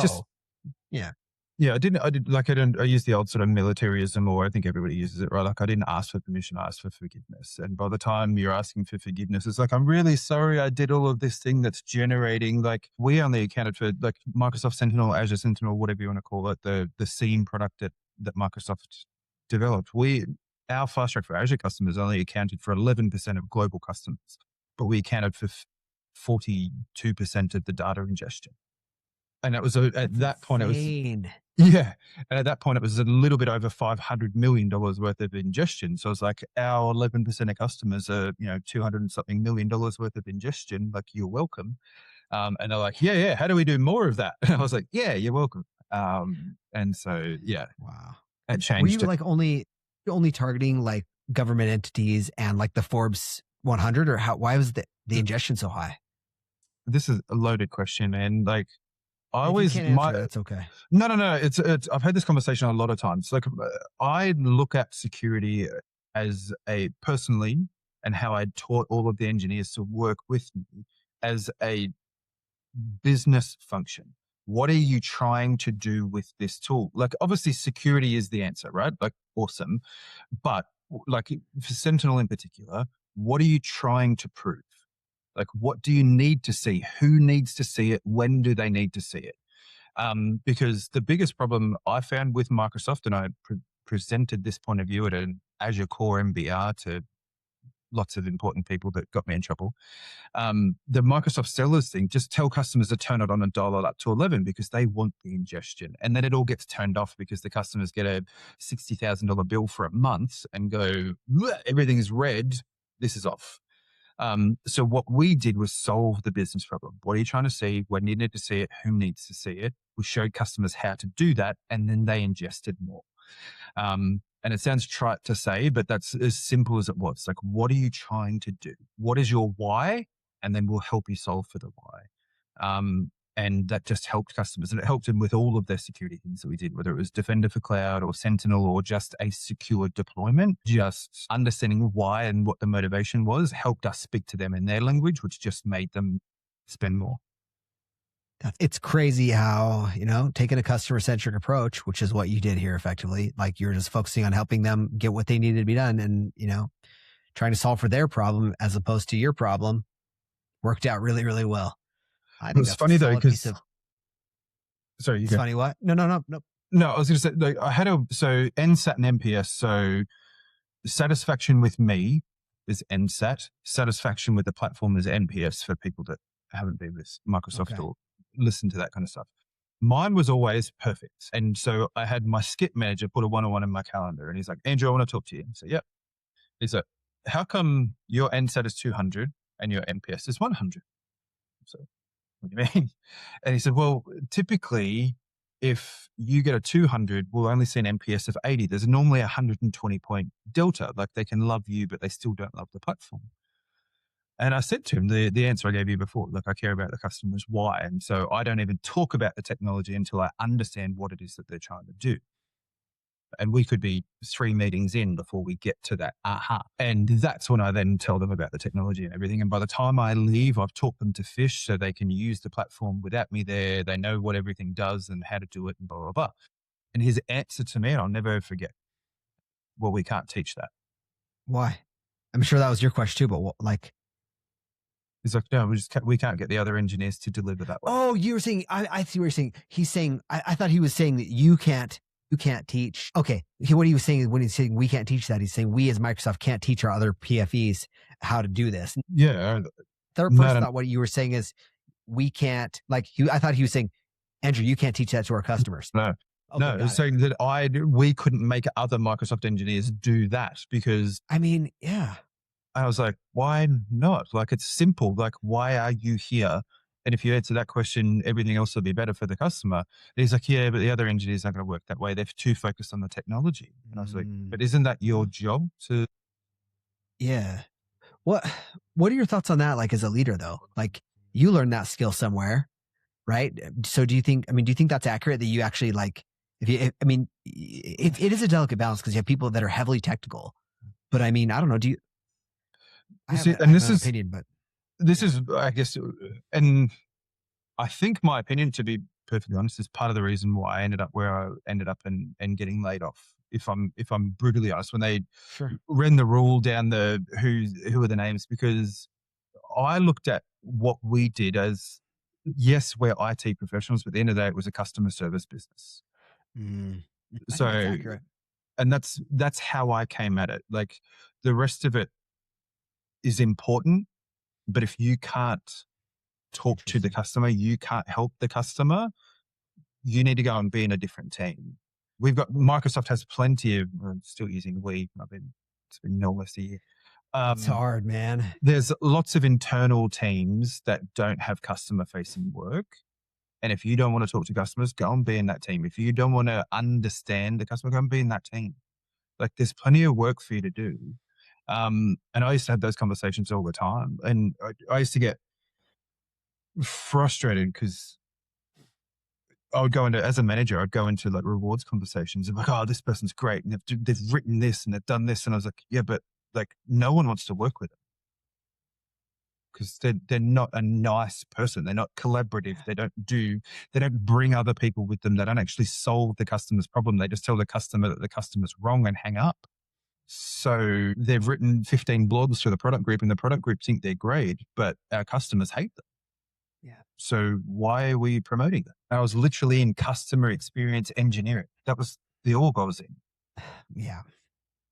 So what do you think what do you think, I want to ask you to pontificate about Microsoft cult strategy, but for what it's worth, I tend to agree with you. I fully agree with you in that. I won't talk about the strategy. I'll say something that I've said this to lots of people when I'd had a blue badge and when I haven't had a blue badge, is that if Microsoft focused on being a technology company that helped people, I think they'd be a $15 trillion company rather than being a sales company that sells technology.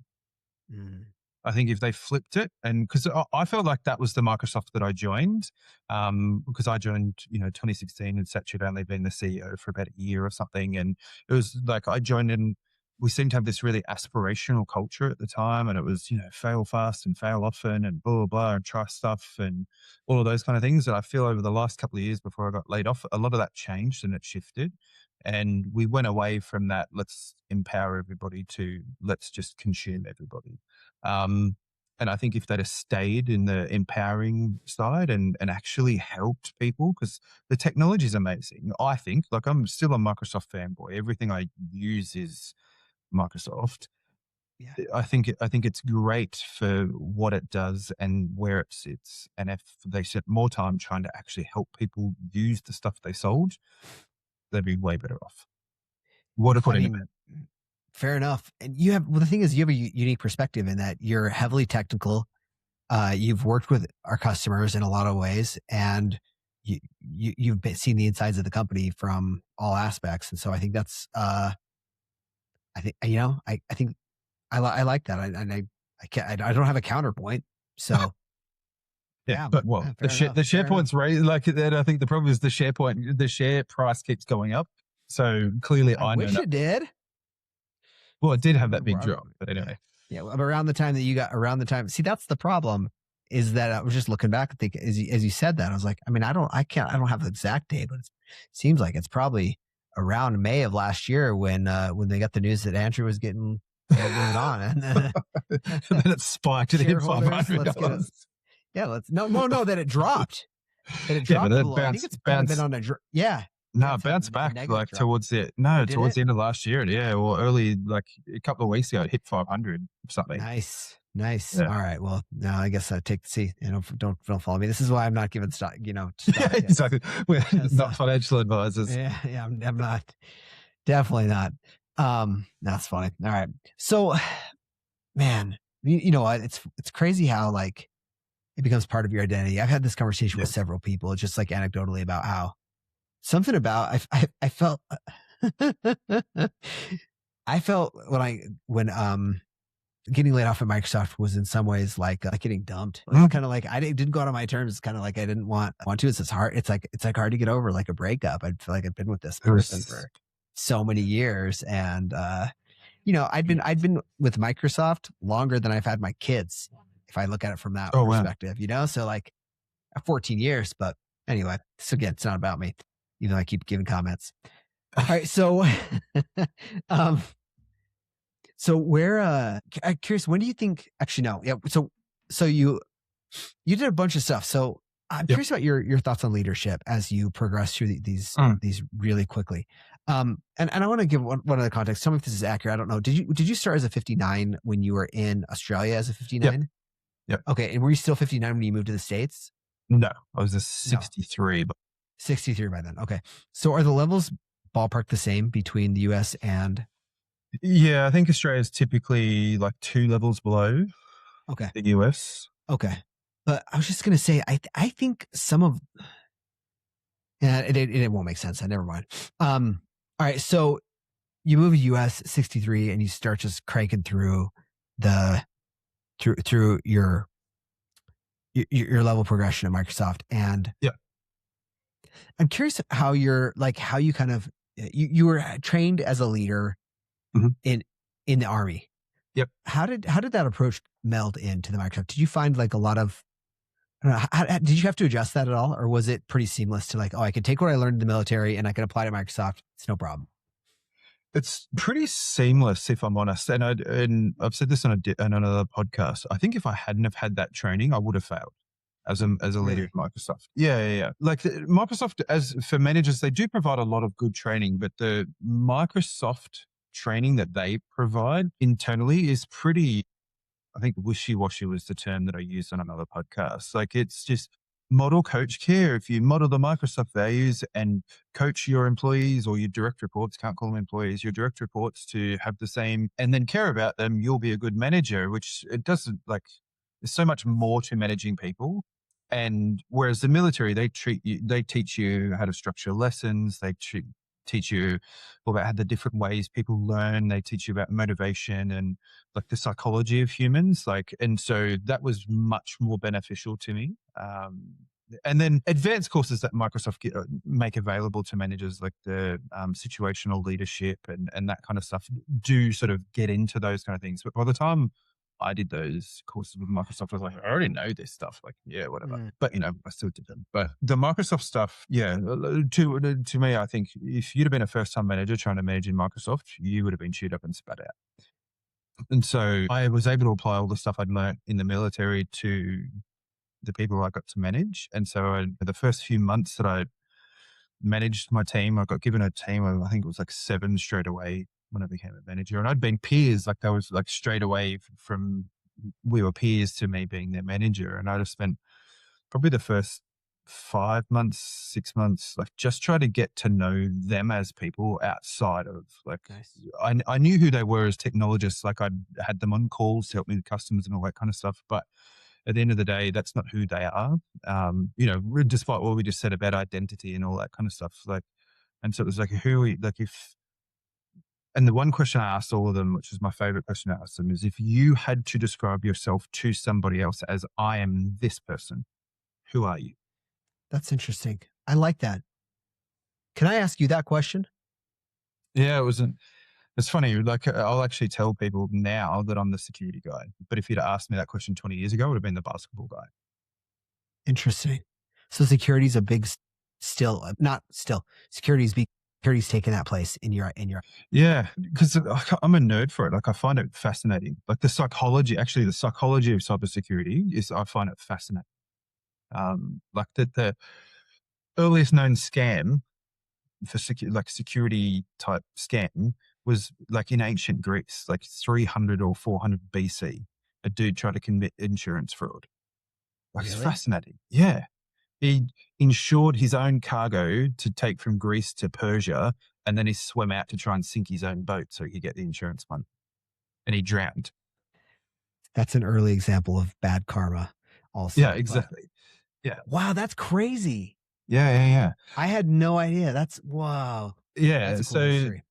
Yeah, man. Like I find, as long as we've had things, somebody else has been trying to take it off us, right? Oh, that's so true though. And that's all security is at the end of the day. Like I tell everybody, like confidentiality, integrity, availability, right? So make sure your stuff is your stuff, make sure it does what it's supposed to do, and make sure it's there when you need it to be there.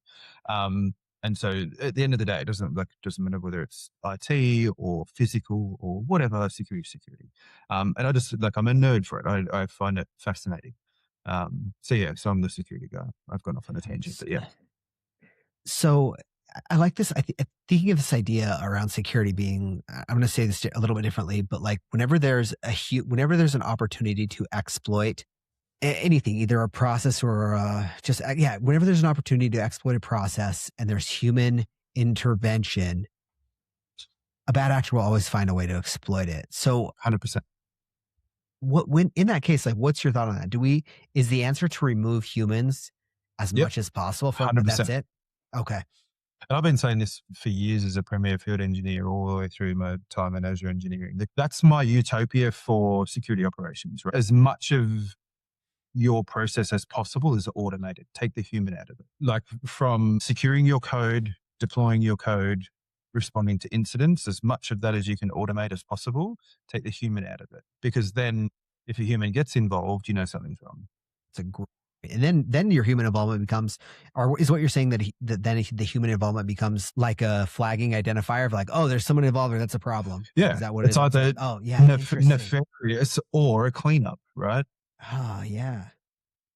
And if you've got a lot of problems that from the compromise recoveries and incident responses I've done, a lot of things happen in organizations and I think it's still like close to 200 days before an incident gets detected on average. It's wild, man. But it's because people don't, I'm using the term, like organizations, enterprises, whatever, companies don't know what good or normal looks like because they haven't set baselines. They haven't controlled it.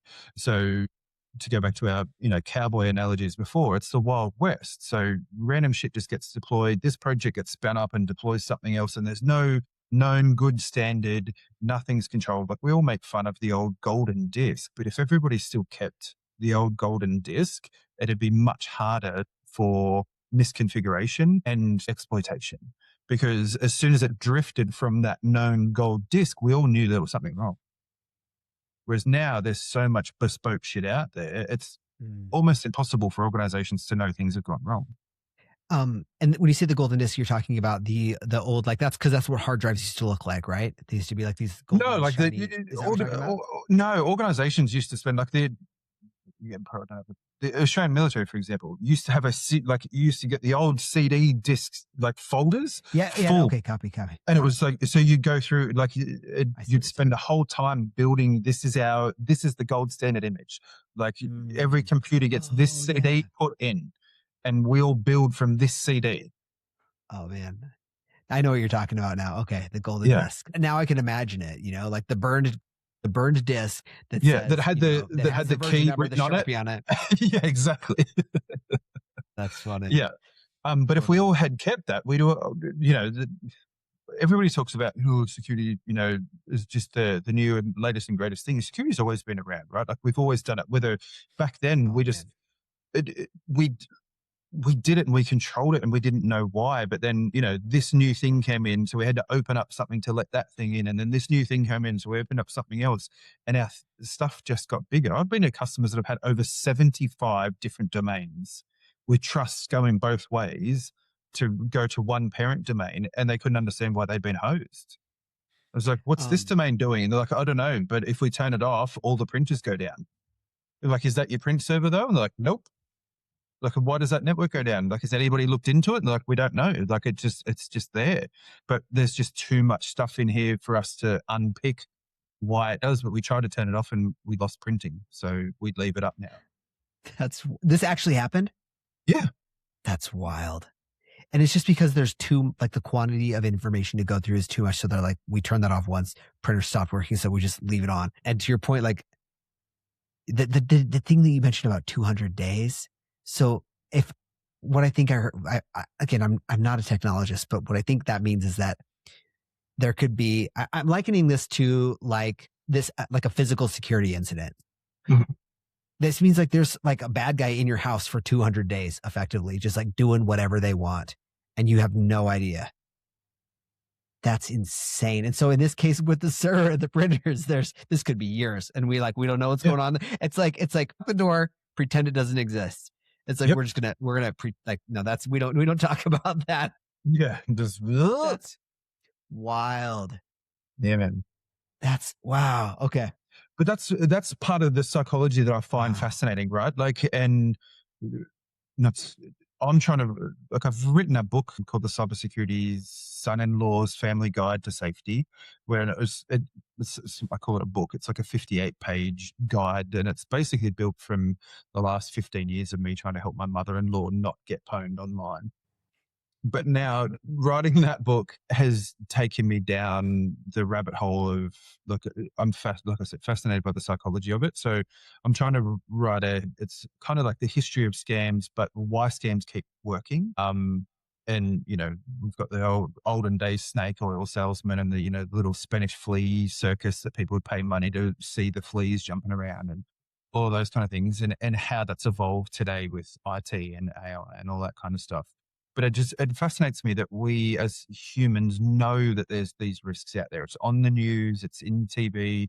We all heard about the Apple iCloud hack, 10 years ago.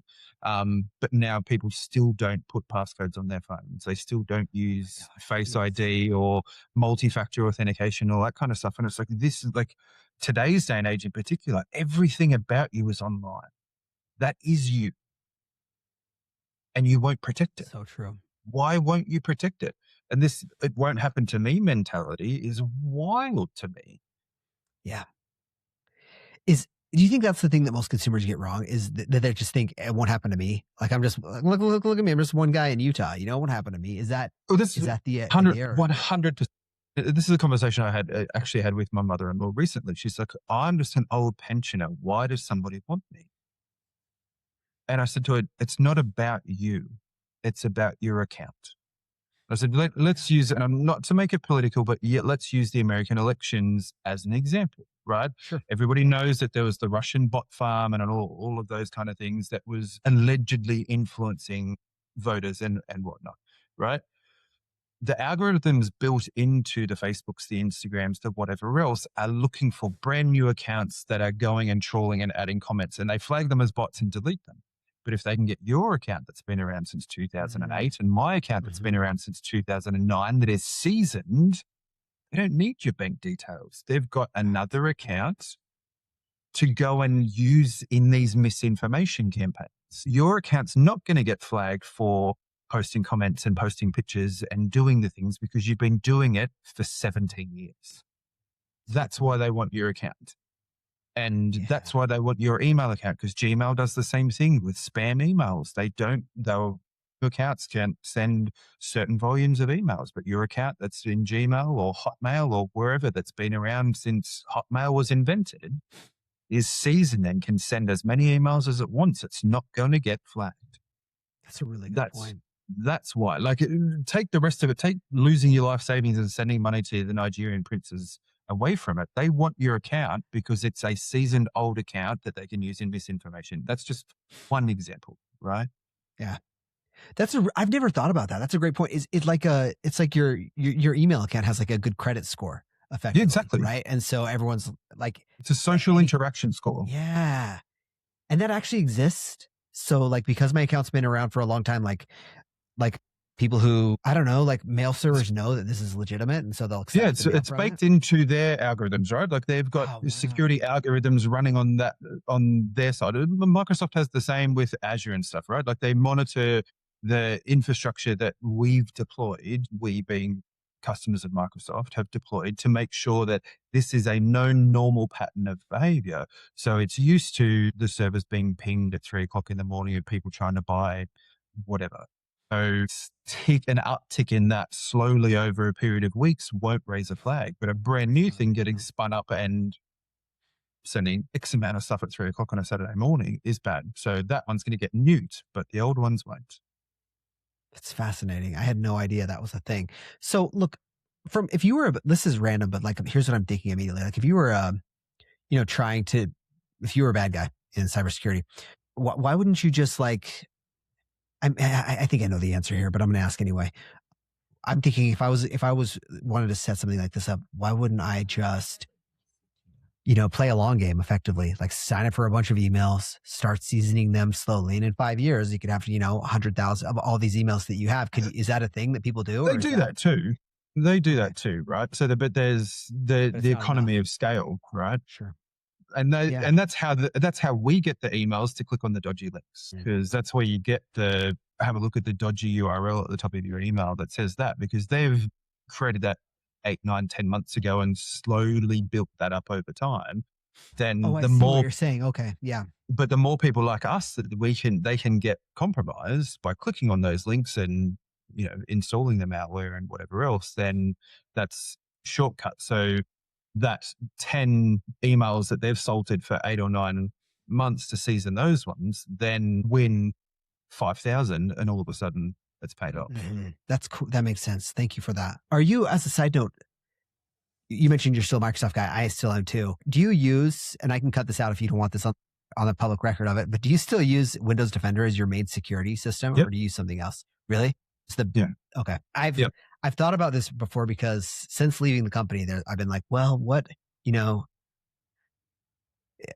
we obviously at Microsoft, like that's what we use, but I've wondered like, well, is there like where we're using like a better version of Windows Defender than I'm on my things? So you just use the baked in Windows Defender for your security and a little bit of common sense. Yeah. Little bit of common sense. Not all of it, little bit sprinkled.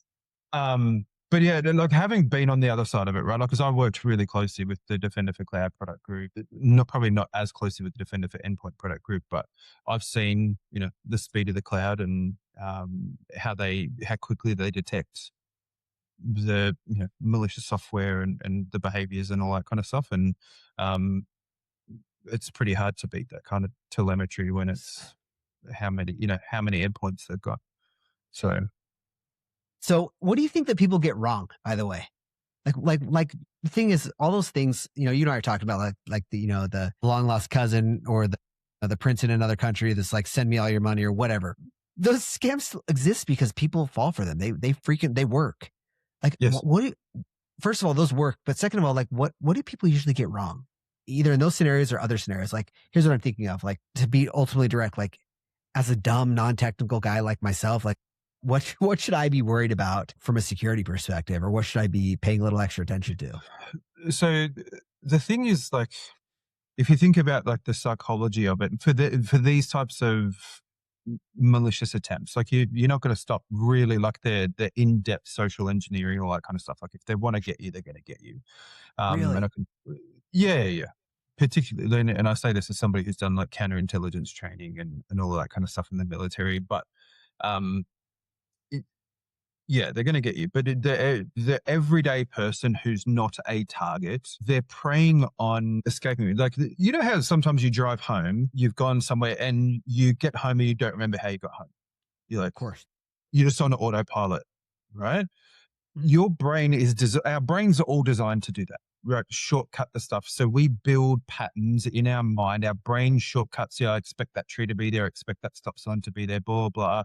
So it just happens in your brain. That's why when you drive somewhere or you travel somewhere you've never been before, you're exhausted because your brain is constantly computing and picking stuff up, right? Psychologically, it's proven fact, right? I've never thought about that, but great point. Yeah. So, and it's psychologically proven. So what a lot of these scams prey on is that exact mechanism. You see an email that looks close enough to the thing that you're expecting to see. You get emails from Lowe's. You got a Lowe's gift card. Cool. Click. They're preying on the people that shortcut, that don't slow down, that don't pay attention, that just go, yep, cool. Number one. Number two, it's that whole sort of sense of urgency thing. You have to action now or you'll lose your account. Action now or this fine will happen. Action now. And they're preying on 99% of people are good people and they don't want to get in trouble. They don't want to lose access to X. So they're going to click the link because they think that's the right thing to do. Whereas, if we've been around in IT, even if you're not a technologist, if you've been around in IT long enough, nothing good ever happens in an email. Do you know what I mean? What do you tell me what you mean by that? Nothing good ever happens in an email. Well, let's talk about our layoffs. There's a call. Yeah, fair enough. Yeah. If you're going to get a promotion at work, it's a call. If you're going to get offered a job, they will call you and say, we're going to send you an offer. Fair enough. Like nothing ever happens. I see what you're saying. Yeah. So if you actually got the good news that you're like, hey, you actually won this gift card or whatever it is from Lowe's, like you said, that's not coming in an email. Yeah, 90% of the time you'll get a phone call first saying, congratulations, blah, blah, blah. We are going to send you an email. That's a really good point. It's like a multi-factor thing, right? And check your spam mail because it's going to come from this address and it may not go to your thing, blah, blah, blah. You will get forewarning that the thing is going to occur. They're not just going to email you, you've won $250 million, click on this link to collect it. That's a really good point. But humans are trusting and they go, oh, I've won, click, and then you're hosed. Yeah, because we all want good news, right? Yeah, your psychology is wired that way. And with how mobile phones work and all of those kind of things, our brains are being programmed to need the dopamine hit from our phones. It just is, right? That's true. Unfortunately, that's why we're doom scrolling and doing all those things because we're trying to get the good news on the phone. So like when we get good news, it clicks in that part of our brain that says, this is amazing. This is why I'm on my phone. We've trained our brains that good things happen and they're preying on that. So slow down, ring. Like if you get an email from your bank saying something wrong with your account, ring them. Don't click on the link. If you haven't gotten a phone call to say expect an email because you've won a prize, don't click on the link. Slow down. It's literally slow down. Just slow down. Because it's just, they're preying on that sense of urgency. They're preying on you being on autopilot. There's really one of the two things for the everyday person. And if they happen to get your bank account details, fantastic, that's a win. But otherwise, they'll be happy to just take your account. Wow. This is a little bit of a subject change, but I'm curious your thoughts on how you teach security to your kids. I mean, it's a big danger. Like I feel like we have a huge benefit in that we operated in this world where we operated in a world before everything was online. And so there's some understanding of how things work behind the scenes, but I worry about my kids, man. And I know everyone else does too, but do you have any tips on things that you've done to help? For me, it's upfront communication with my kids all of the time. But the counterpoint to the point that you just made is we're also the first generation of parents to live through everything being online. So it's also, we're making it up as we go along. So we've gone through times where our kids have, ridiculous screen time where they can only be on an hour a day, and, trying to find that balance to let them, be who they want to be and be a part of their society now, because their society is different to ours. They all, like, from the minute they get up, they're on FaceTime video calls with their friends. And so, so for us, it's been all about honesty and just upfront communications. I'm pretty blunt with my kids about that stuff. I did have a podcast with my oldest daughter for a little bit called The Security Kid, and I've got to fix it up because something's happened to the link, and the episodes aren't available anymore. But it happened because she came to me, and she'd been on Roblox, and she was 11 at the time, I think 10 or 11. And she's like, "Dad, this man tried to get me and my friends to go into this other server with him." And I was like, "What do you mean? Like, did he tell you he was a man?" And I got, like, angry. Sure. Yeah, of course. That's a natural response. Of course you'd feel that way. Yeah. And she was so blasé about it. She's like, "Oh, no, we knew." I was like, "What do you mean? How did you know?" And he's like, "They use punctuation."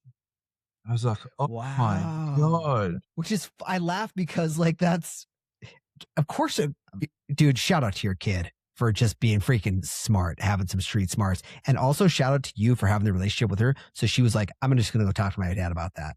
That's a W right there. Yeah. So anyway, so she came to you, and then you guys started this podcast as a result? Yeah. So we did 5 episodes, and we were talking about, like, how kids look at security, because, we, like you said, like, we look at it, we had this whole life where we didn't have it, to, it's grown, and yes, it's exponentially grown in the last 20 years, but it's grown and we've been able to grow with it. So everything's been a little bit, we've learned and adapted, where they've just had it from the get-go. Yeah. So they look at it differently to how we do. And so it was just interesting to sort of pick her brain and go, "And then what happens? And then, if you have this conversation with your friends, blah, blah, blah, and how do you deal with those sort of interactions online? How do you make sure?" She told this really interesting story on the podcast that she refused to use her school account at the time because it was their name at their school, but all of their passwords were just their date of birth. Oh, and they couldn't change it? No. And so the kids were all walking around asking each other, "What's your date of birth?" And then they were logging on as each other. So my daughter refused to use her account until they let her change her password. That's crazy, because, like, that's terrible. That's terrible from whoever made that decision. Even if you were like a kid who was, like, aware of that, like, okay, well, you know what, it would take very much thinking to be like, what, I remember you had a birthday party for you 3 years ago, and this is when your birthday was. Boom, then you're done. We're all in the same grade. We know what year it is. Everything else is locked up. Wow, jeez. Yep. So it was, again, like, she didn't bring that up until we had the podcast. She's like, "Oh yeah, I just didn't use my account." I was like, "What do you mean?" Like, and I was super proud of her, but, like, and then she's like, "So I went to the teacher and I told the teacher I wasn't going to log on and do my work until they let me change my password." You're a smart kid. Yeah, she's now 17 and a half. She's just started a dual degree of environmental and civil engineering with honors. So, wow, she's a smart kid. Yeah. What I think that's what a cool path forward for her. That's useful. And in my mind, I was thinking of the I've had some conversations about the role of AI and how it'll affect jobs in the future. And and I love that. I think that's cool. I'm glad that she's taking that approach. But also, what are your thoughts on AI, by the way? I said before, right, like, to take the humans out of it is probably the best thing we can do for security. So I think on that side of it, like, if the automations we're going to be able to do, the detections we're going to be able to do, I think our security will improve overall. And I think it's going to be great.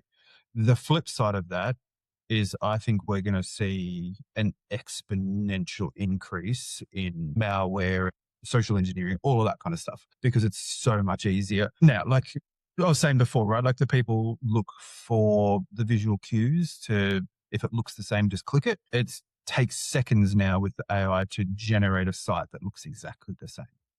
Yeah, that's true. That's a good point. So like it used to take a little bit of effort and a little bit of time. Now they'll be able to do it in seconds. I told a story again on another podcast of 2019. I went to RSA in Singapore, and the guy then had a video, a deep fake video he'd made the night before in his hotel room of the MC of the event, just taken from YouTube videos and stuff. And it was promising to give him like $3,500, $5,000 or something that he'd made then in 2019. So now here we are in 2025, and everybody has access to it. Before you had to, deploy your own model into a server and train it yourself and do all that kind of stuff. But now everybody's got access to a model, and there's thousands of them out there. And I think that's the thing that people don't understand. Like the conversations online are Grok, Claude, Gemini, and ChatGPT. But if you actually go and search for there's hundreds, if not thousands of them, because everybody can deploy them now. DeepSeek, blah, blah, blah, whatever. So it's going to make the proliferation of the bad stuff much easier for people to get, which is going to obviously have repercussions. On the flip side, I think having seen how customers are using it and stuff, I still don't think it's being used to its full potential, which is, again, both exciting and terrifying. Because a lot of customers like that I'm dealing with, they're still trying to just make the next version of a chatbot. They're still not doing enough with them. Yeah. And I think it's just a matter of time. And we had a presentation done to us at my new job last August. PhD doctor guy told us he still thinks the world's about 5 to 7 years away from getting to the point where things are AI'd, to the point where, the current sort of fear level in the world of AI doing stuff for us. And again, like I said, it's both terrifying and exciting, because I think it's going to change our lives in terms of the ease of use for things. Like, we've got those holiday booking websites and stuff now, but you've got to go in and look, I want to go to this city on this date, and I want to go to this city on that date, and blah, blah, blah. And then it'll give you rough things and hotels, and you've still got to do all the selections and all that kind of stuff. In the next 5 to 7 years, you're not going to have to do that. You just go into an app and go, hey, I'm going to leave Sydney on this date, and I'm going to go to Amsterdam, Paris, and Munich, and then I'm going to get back to Sydney on this date. Go, and it'll book your flights and your accommodation and your transfers and everything for you, and you just get the thing in your inbox going, ding, enjoy your trip. And, I think Google's already sort of starting to do that now with Gemini. You can ring it, you can talk to Gemini, and it'll go and make you like hotel reservations or restaurant reservations and stuff. So it's going to change our lives in terms of that. Like, I think it's just our ability to do stuff quicker will be great, but with that will become the exposures. If we talk about immediate current risk today and data, customers, everyday people like you and me, I'm guilty of it. We've got stuff in my OneDrive from 2016. Why is it still there? I don't know. Do you know what I mean? And it's there, and we've all got Copilot now. And if somebody sat down and was able to, like, if I walk away from this computer now and don't lock it, my daughter's boyfriend's here in this house. He could sit down and go, hey, Copilot, show me all the photos Andrew took in 2016. Yeah. So do you recommend cleaning that stuff up periodically? To be honest, I've always kind of thought like, yes, I have a ton of stuff on OneDrive from years and years ago. And I've just kind of thought, that's not hurt anything. It doesn't take up any space on my hard drive. Like, but yeah, look, it's probably less concerning for you and me in that respect. In the other stuff that you and I, as functioning adults, keep is probably bad, like W-2s and W-4s and that kind of stuff. We'll keep them in chronologically dated folders with all of our pay slips and all that kind of stuff. And again, if we think about that from the perspective of log on to, I don't know if the IRS is the same, I can't remember, but here in the Australian Tax Office, to prove your identity, it's tell us what your taxable income was for one of the last 5 years. And if they've got access to that information, they prove who they are. That's a great point, man. But for customers, like, man, the stuff they've got. Yeah, exactly. And I don't want to say like delete it. I'm just saying like take it out of, or classify it. Take it out of the folders that you give Copilot or any of the AIs access to. Just don't give it the access. So have it there, but, archive the folder, put it in the, create a folder that says like not for Copilot, not for AI, whatever. And all of that stuff goes over there because it doesn't need to know that stuff. Yeah. What do I used to have a hard drive a while ago, and this is my first experience with this. And I also knew better in my mind. I knew better, but it was one of those things like, that's not going to happen to me. And I went to plug it in one day, all the way corrupt. I was like, oh shoot. Do you have any suggestions for, like, what do you use it for offline storage? Or are you just a delete it once I don't need it anymore kind of guy? I'm trying to be better. I have a collection of old hard drives just sitting around that, I'm like, that's everything from 2018 in there. So I used to do a once a year purge and put everything onto a hard drive.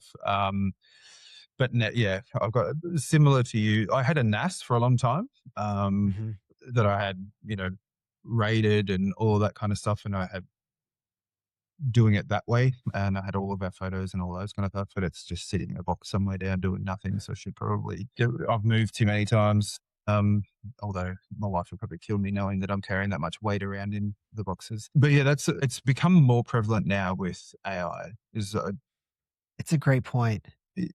Because particularly with Copilot, like it just has access to and I love Microsoft for giving it to everybody for free, but it's got access to everything on your device unless you take that access away.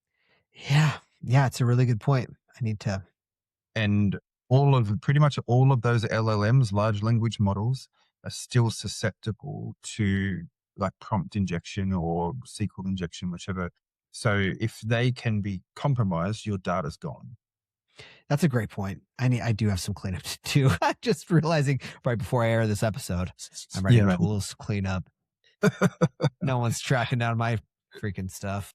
Yeah. And that's the other thing that I say to people, like, I'm sure we've all got people in our lives, you, me, people watching this, that use the AI models as confidants, as therapists, as whatever. And I'm not going to get into the ethics of that, whether that's right or wrong.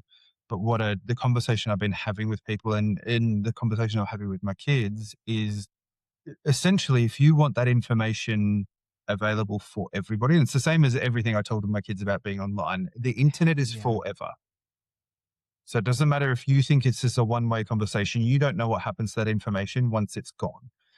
And so somebody could screenshot it. Somebody could, take a photo of their phone with another phone, take a photo of their iPad with another phone, and they've got it forever. If you're telling an AI model your deepest, darkest secrets, you have to assume at some point that model is going to be compromised. And if you're happy for that information and that whatever detail about your life being exposed, go nuts. If you're not, don't tell the model. Yeah, I think that's like a great way to end this podcast. I feel like that's such a good, that's such a good piece of advice. Anybody that hears this, I think that's awesome, man. Anything you want to add? I should caveat that unless there's something else you want to add on here. No, man, it's your data's your data. Protect it. Oh, such good advice. Thank you for that. Well, look, Andrew, I enjoyed it. This is amazing. I'm really glad I got to meet you. Sorry for all the technical difficulties. You and me both, my friend. No worries. Man, thanks.